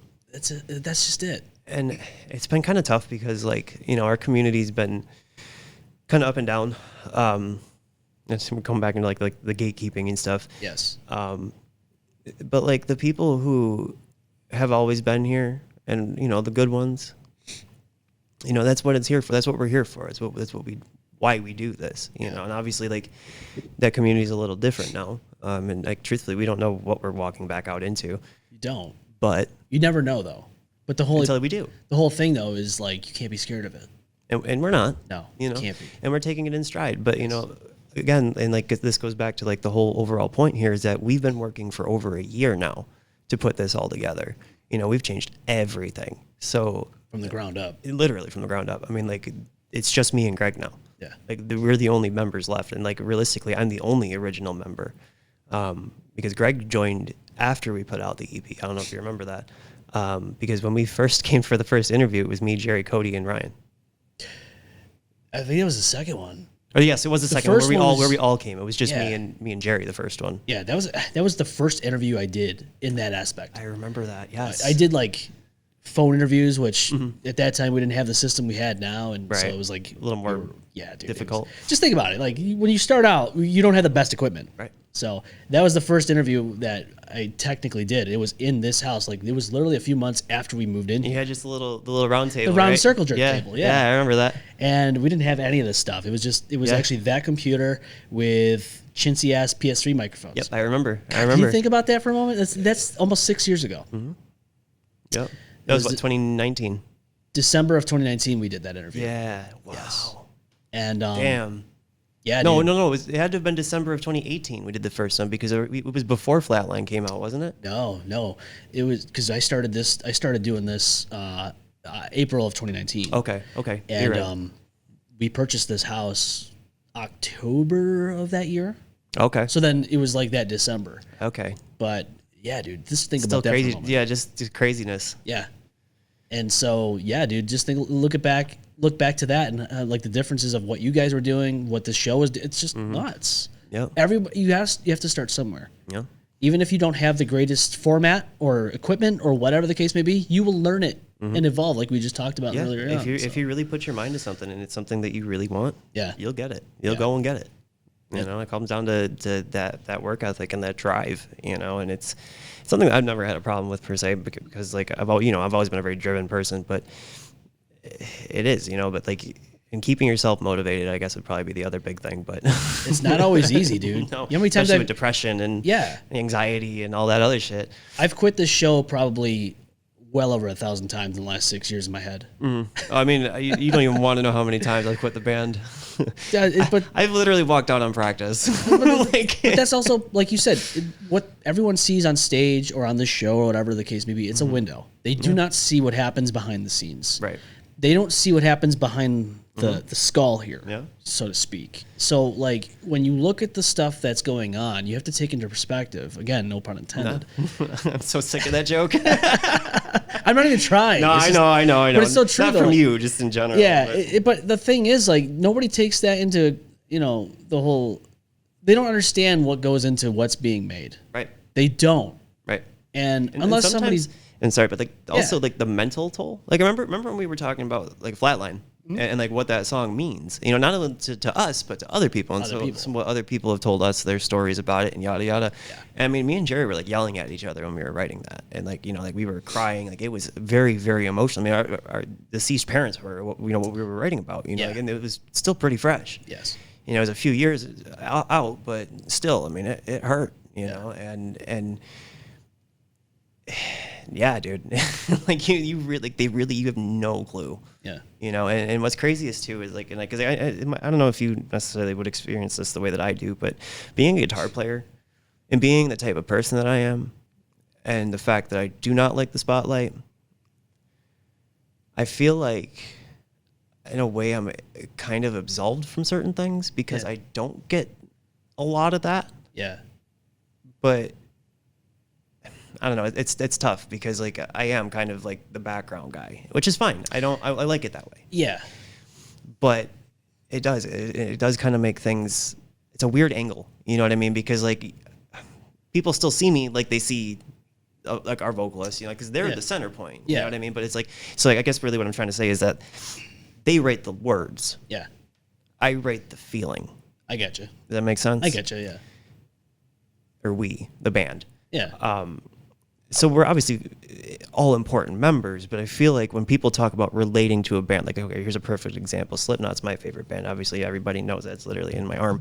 But I relate to a lot of their music. Same thing with like Cane Hill. But I feel like when you think about that in like an artist or a band, you relate to the vocalist because they're the ones saying the words to you.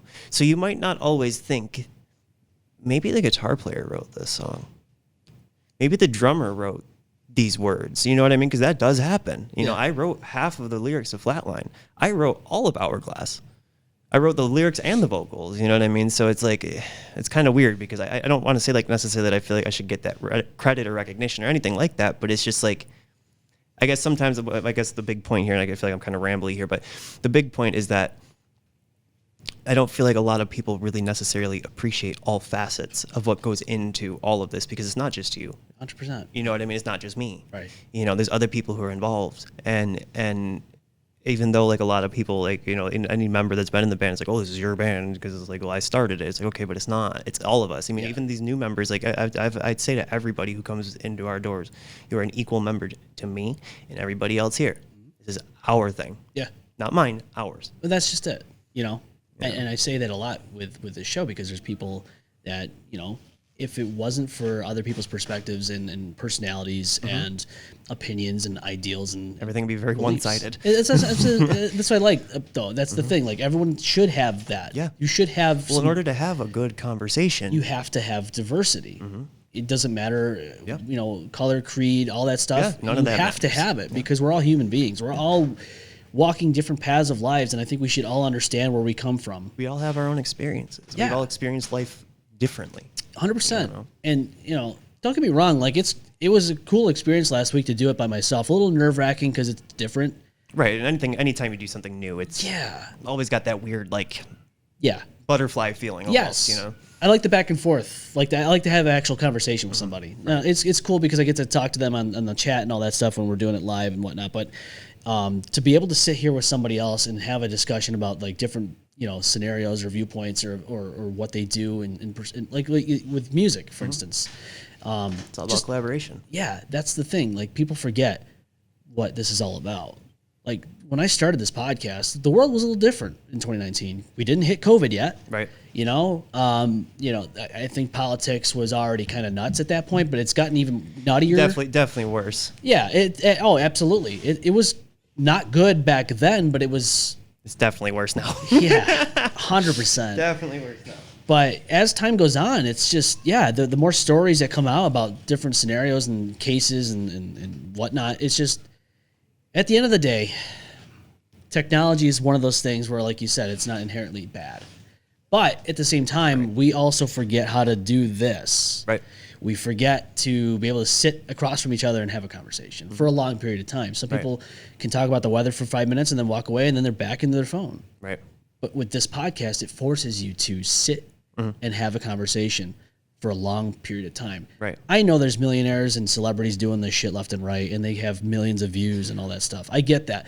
People want to hear about their stories. Right. But what about people that live here in the real world on our level? Right. How many people are doing that in our world? That's why I feel like we need more mental health podcasts. Agreed. You know what I mean? There needs to be more people talking about the shit that matters. Because you see so many of these, like you said, these superstar people, these millionaires, these fucking fake ass, you know what I mean? And some of them, don't get me wrong, some of them probably are pretty genuine. Yes. But, and it's funny because I've seen a lot of Markiplier. Yeah. And he's one of those people that he is, pretty big on mental health and stuff. At least in his videos, he seems to be. Yeah. And, which is great, but at the same time, it's not really opening the door to a discussion. Right. It's not really opening the door to an avenue in which, people can get better. Yeah. Or help or whatever. Granted, he is establishing a community, and those people can talk within that community. Yeah. But it is very, sorry, I have the hiccups. Oh, you're good. Very unstructured. Okay. You know what I mean? Where it's there's nobody guiding the conversation. Right. There's no conduit. It's just, and not for nothing, but people with mental health issues are not the first people generally to reach out to other people. It's true. Kind of a common theme here, Very true. So, but that's kind of my whole point, right? So, I feel like, and I don't know if anybody really knows this, but there was a point where I was trying to put together a local mental health music festival at one point, before COVID. Okay. And I had a team of people, and we were all working together. And then I think it just kind of fell apart because of COVID. Yeah. It killed everything. Everything. Dude, we were supposed to open for Cane Hill. Yeah. And then literally our EP came out a week after the lockdown started. I don't know if you remember that, but we were supposed to have our EP show. Yes, and I do remember that. I still have the tickets upstairs. I do too somewhere. I still. And then you ended up doing it on the live stream. On the live stream. Horrible, but we tried. We tried though. But you did something innovative to be able to counteract what was going on at that time. It's kind of like what you were saying. Sometimes you just got to jump. Like Randy came to us, or maybe we came, or maybe I think he pitched the idea. And because he wanted to get the montage doing things again. Yeah. And I was like, well, we love our local businesses, and and so we, especially the people who take care of us. We're not, if Randy's always been great to us. And so he's a good guy. I think his name is Danny over at Photo City. Yeah.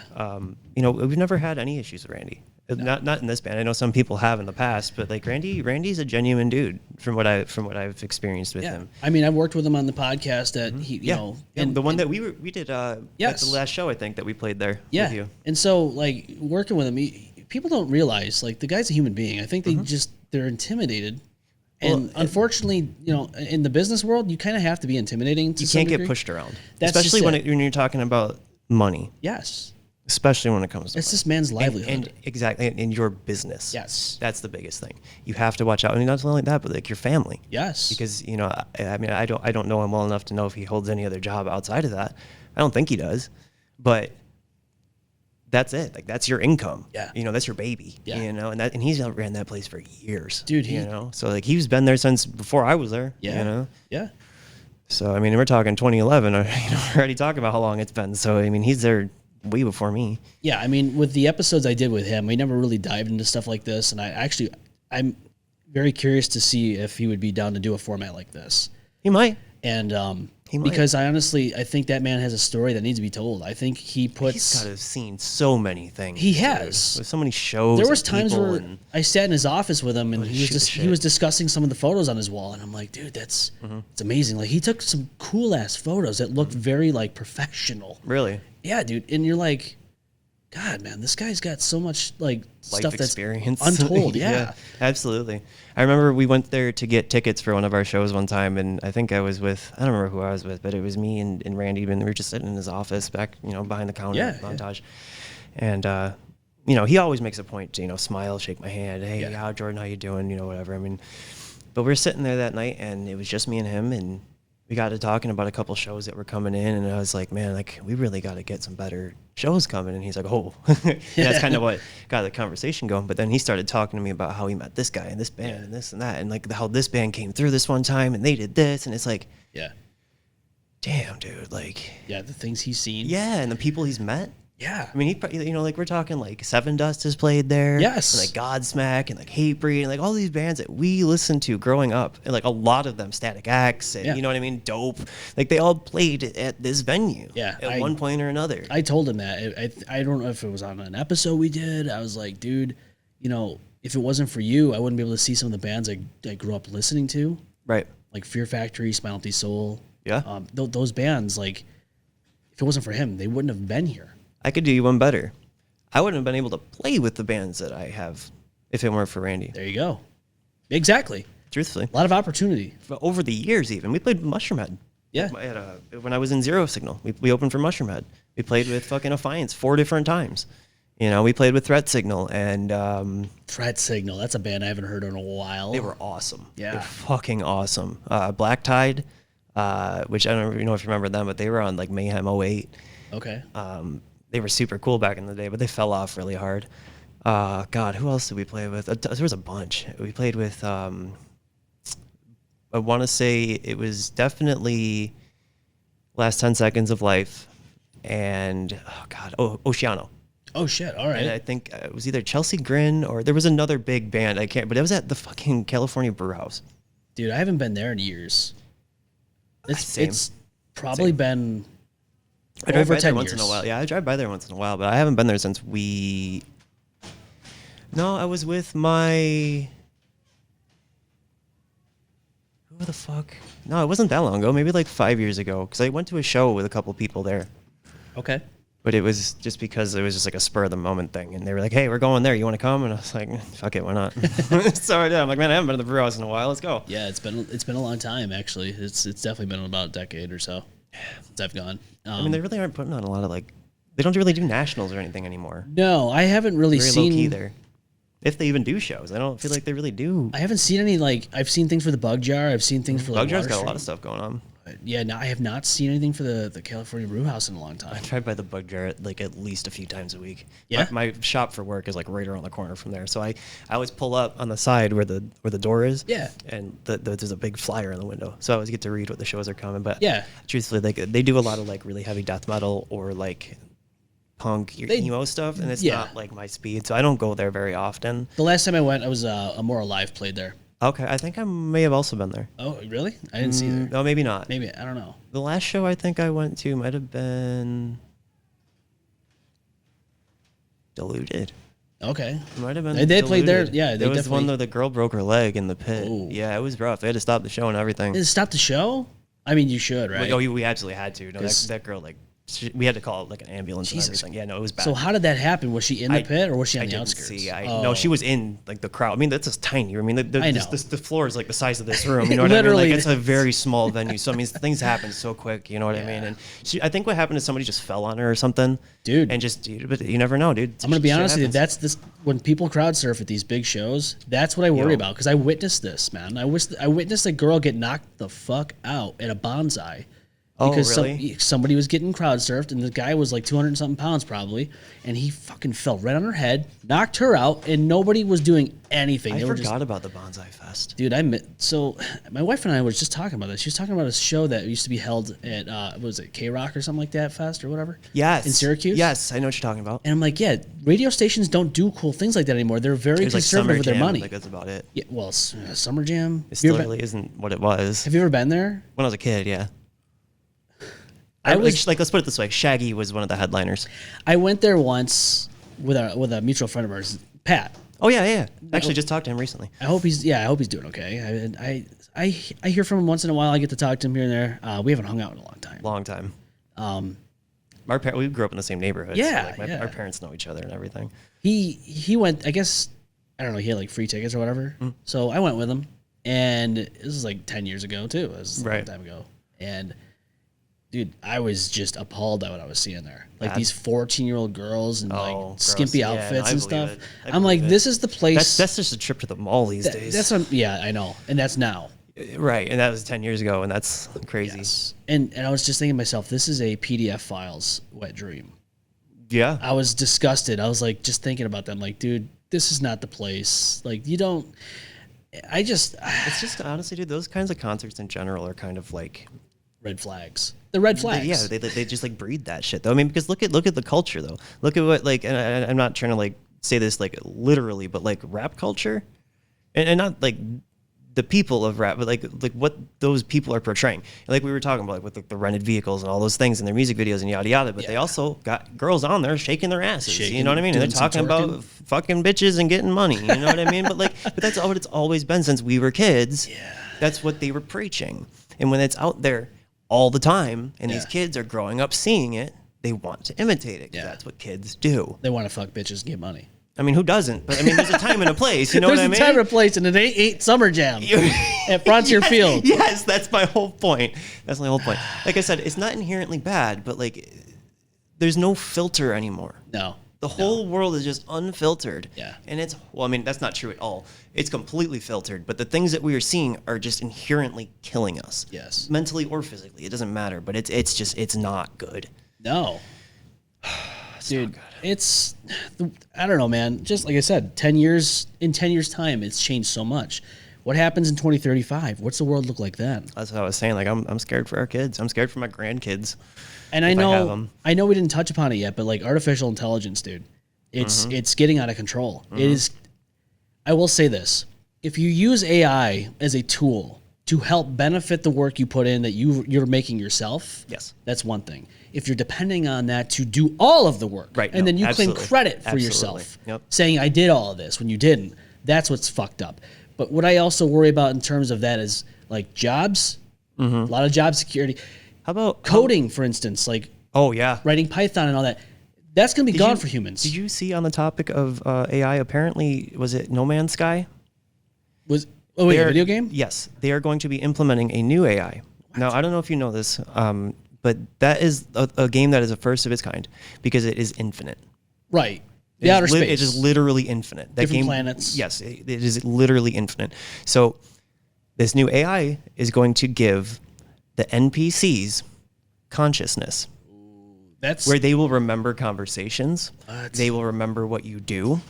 They will remember all of this stuff. Like they will be conscious, like not like literally, but like within the game world. They are going to like legitimately think they're real within this world. How crazy is that? So it's awesome, but it's fucking wild. Did you watch Black Mirror at all?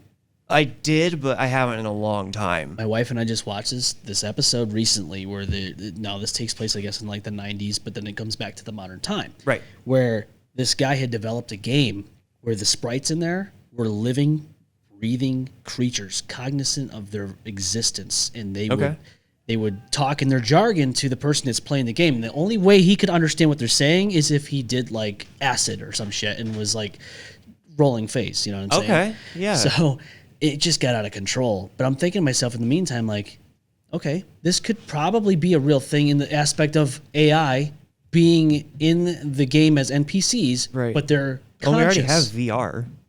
So how hard would it be to step into a world with literal conscious other Yeah, dude. It's coming. Fucking. Dude, it's coming. Speaking of VR, did you see there's a new Deadpool game coming? No, I didn't in see VR. this. No. Do you know who's voicing Deadpool? Who? Neil Patrick Harris. Come on. I swear to God. What? I swear to God, I saw it this morning. This is going to be crazy. It's going to be amazing. Yeah. It's going to be If he's doing the amazing. voiceovers, it's going to be nuts. I'm mad it's not Ryan Reynolds, but I'm not mad that it's Neil Patrick I was Harris. going to say, if they did that, it'd have to be somebody really good if they did. And it Yeah. sounds like they did a good thing. We'll see.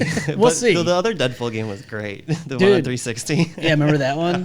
PS3, 360. Yeah. The console wars are over, thank God. Yeah, we were just talking about that too. We were. Dude, Or was it? I think I was talking to Greg about that. Apparently, the rumor is the new Xbox system is going to support Steam. that's what you're talking to me about. Yeah, You're yep. talking to me about that, yeah. Oh, okay. I think it must have been both of you, but It either might way, have been, yeah. But yeah, either way, that would be like that legitimately the end of the console wars. As a gamer, I'm like, dude, why don't we just do this shit like you were saying? You make one sign in and you're all across the board. Yep. Everything is to your disposal. Well, and that's kind of the whole thing. But I think there's one reason why, and I don't know, Money. monopolization Yeah. is really the biggest thing. But yes, money. But the thing is, I mean, like if all of them are under contract but then you're talking about one company controlling all of it. Yeah. So And now you're talking about game prices, system prices, hardware prices, yeah, all of that through the roof. they've already increased. And yeah, here's the thing that I don't understand. How are we getting less now for games because there isn't a physical and paying more? That's the thing I don't understand. Because now you're eliminating the manufacturing of discs. All of it, not just the discs, cases, the cases, the books, the shipping. all of it. You don't have to The- ship the anything. Labor. Yeah, Yeah, dude. all All of of the yes, all of that. You How are we paying more for games now? That's what I'm trying to understand. Like I understand you're gonna probably They still make them. Yeah, you're gonna upgrade your systems to make better games. You're gonna have, I get all that. The expenses are gonna be there, but you are also saving on, like we just mentioned. You don't have to make physical copies. There's no shipping or distributing to I'm sure stores. they're all using AI now. Oh, dude, that if they're not already, they're going to, and it's already apparent that they are. But you know what's really funny? A game like Call of Duty is still just as dog shit as it's been forever. And it's crazy. I remember when Black Ops 6 came out. Now, at this point, I'm convinced that Call of Duty like solely exists to be a competitor to Fortnite. And so when it first came out, there was a menu screen of some sort. Yeah. I don't remember if it was a loading screen or if it was just like your character at the menu or whatever. They had a picture either way of a magazine in a gun upside down, and the bullet was showing. This is an S tier game. You're kidding. I swear on my kids' lives, dude. I could not make it. I probably have a picture of it somewhere. I swear, dude, that game is the biggest fucking joke. Like that franchise is becoming the big, like to the point where like the voice actors that voice the characters that played the zombies characters all quit because the story just doesn't make sense. That's And embarrassing. now I'm pretty sure they're using AI. I don't think it was all of them. At least one of them did. And I think they're using AI to basically get through this game. Yeah. But because of the NIL deals and all that with their name and likeness and all that, I'm pretty sure they're just allowed to, Yeah. Probably. which is crazy. What's hilarious to me is that they're talking about, oh, we need to increase prices for this, that, and the other. Yeah, these game companies will release a game fucking completely untested and completely broken, and the only way they Wasn't depend it on this. Cyberpunk that like crashed completely when it came out? So I will be the first to tell you, I bought the game when it came out. I know they delayed it. Oh, we need to make it better. It was dog shit when it first came out. You would literally look up in the sky after you just saw NPCs walking down the sidewalk, come back down, and they're fucking all gone. And I could not get immersed in that game whatsoever. But I will say they have saved face and updated the game with all these patches, and it is pretty goddamn good now. That's what I've heard. I actually, Mickey, my housemate, he's been playing through it, and we home share on our Xboxes, so we both have it. So I started it, but I haven't even gotten through like the intro. You know what I mean? Because I have so many other games I'm playing through. I understand that. I just actually, this is probably like big nerd game.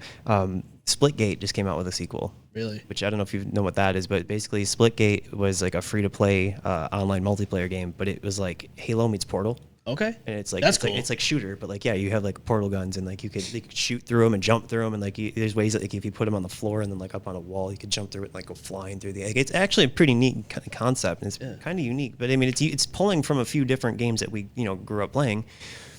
But that's why it's kind of familiar and fun. Yeah. You know what I mean? Because if it was a whole new and that's kind of the part of the problem is like we have methods and things that work.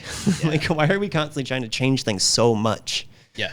I mean, then there's because it's kind of a double-edged sword because you can't just keep doing the same shit. No. But you can't completely change the product. That was like, remember when the last Tony Hawk game came out and it was just horrible because Tony Hawk had nothing to do with it? It was failed. It was horrible. It was horrible. Horrible. Failure. Apparently there's talks about a new one with him involved. So I heard that... Because they're doing the remasters now. Yeah, I heard that Bam Margera is supposed to be involved with this too. He would not let... No, they would not let him... Sorry. I believe it was Tony Hawk would not let them release the remaster without him in the game. Okay. That's what it was. They were not going to take him out of the game because you can't. No. He might be a fucking shitty person and he might have made a lot of mistakes, but he's not he's never done anything that's unforgivable to other people, I feel like. You know what I mean? Like he's a loser and he burned himself out, but like he went through hell, dude. After Ryan Dunn died, that was like the beginning of the end. Yeah, oh yeah. Unfortunately, but all I'm getting at is that like he's not R. Kelly. No, he's not Diddy. He's not Diddy. You know what I mean? Like he's not like an inherently terrible person. Yeah. He went through some shitty things, and he had probably a pretty fucked up life. I mean, not for nothing, but you don't act like that for no reason. You don't wake up one day and just go, "Hey, I'm gonna be a fucking complete lunatic drunk." And not for nothing, but he was an awesome skater back in the day.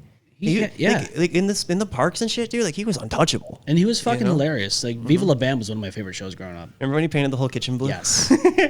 Yes.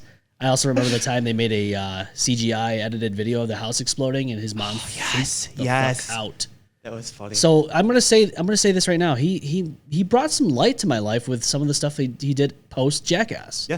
You know what I mean? So like there's a level of it. Like you want to see the guy get better and succeed. I don't want to see him go to the deep end where he doesn't survive it. Remember the goalie from Mighty Ducks? Yes. He got real bad into drugs, and he's finally cleaning it. Like it's good to see him good to doing better. You know? Like exactly. You don't want to see the people that you idolize destroy themselves. I agree. Some people unfortunately do. They actually get their children of Bodom. Yeah. Alexi Lejo literally drank himself till he died. Yeah. But that was his life, and that's what he chose, and he went out. I know. The way that he wanted to. It's still sad. Like 100%. But who are we to say that that's wrong for him? Exactly. You know, it's wrong inherently. Yeah. But if that's what he wants, that's know what I mean? That's the lifestyle he chose. You can't control it. And I feel like at a certain point, there's a point of no return.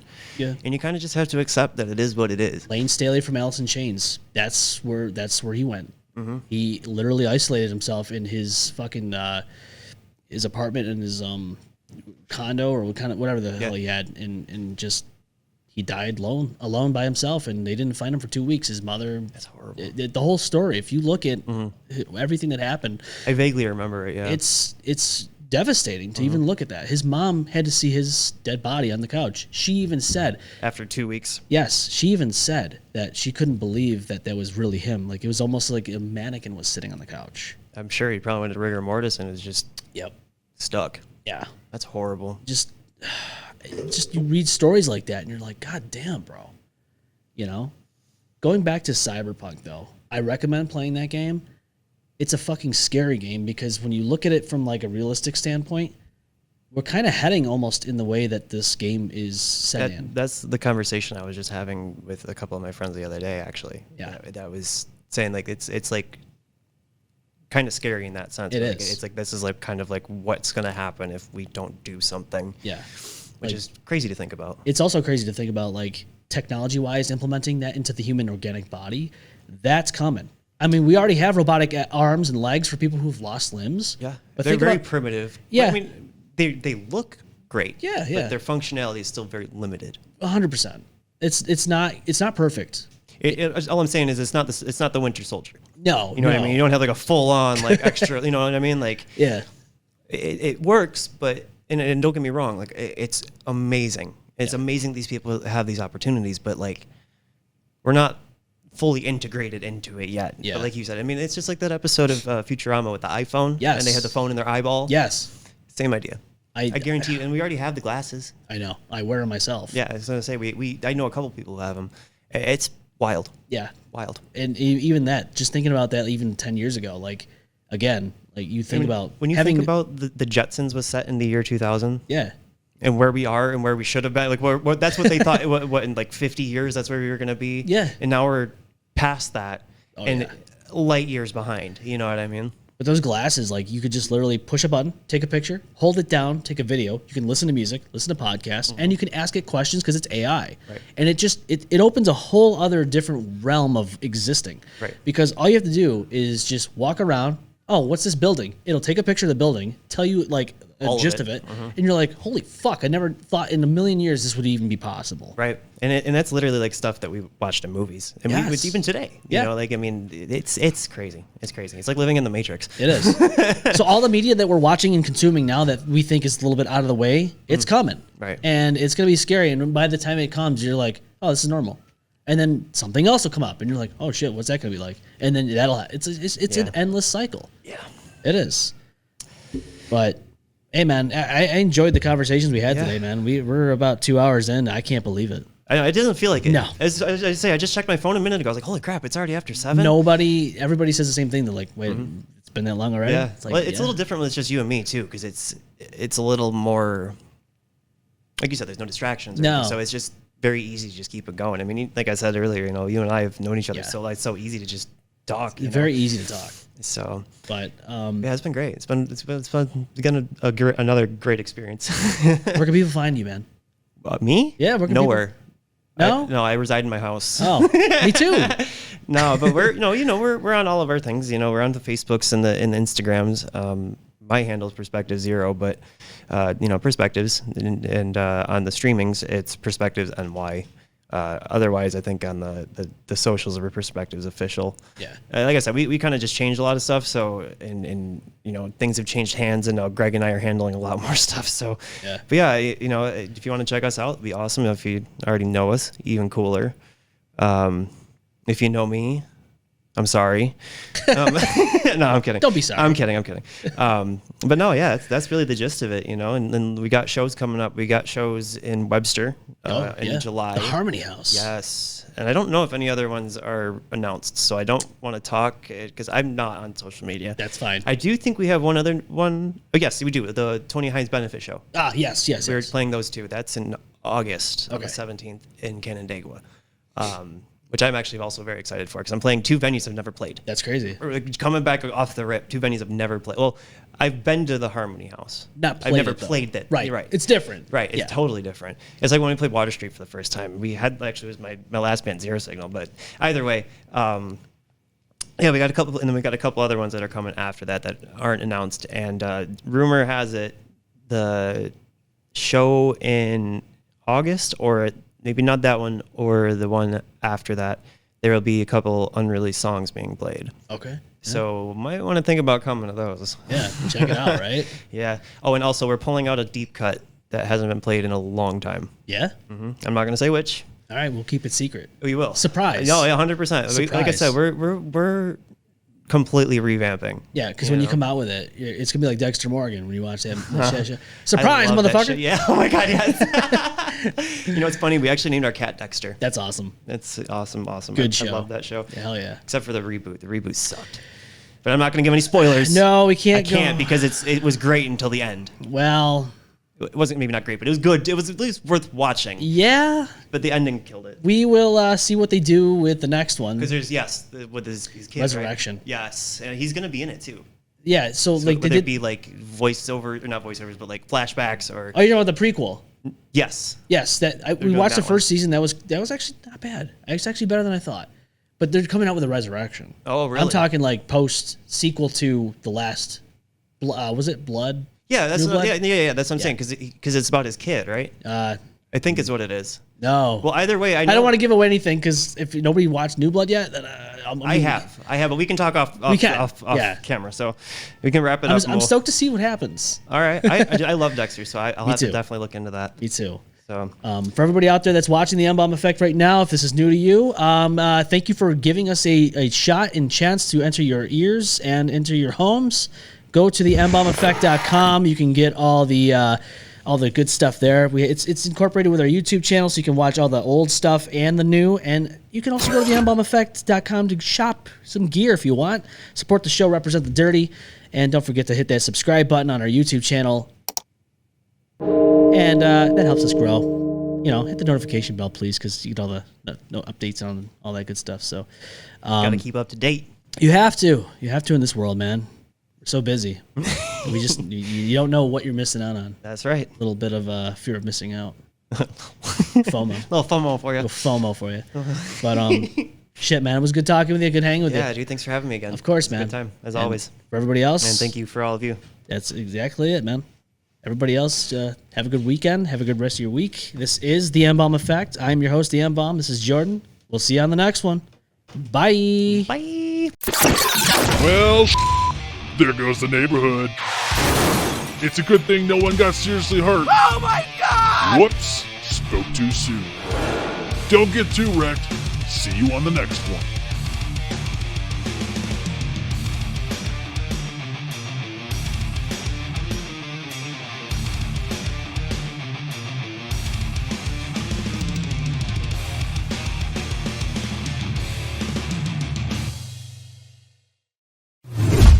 The M-Balm Effect.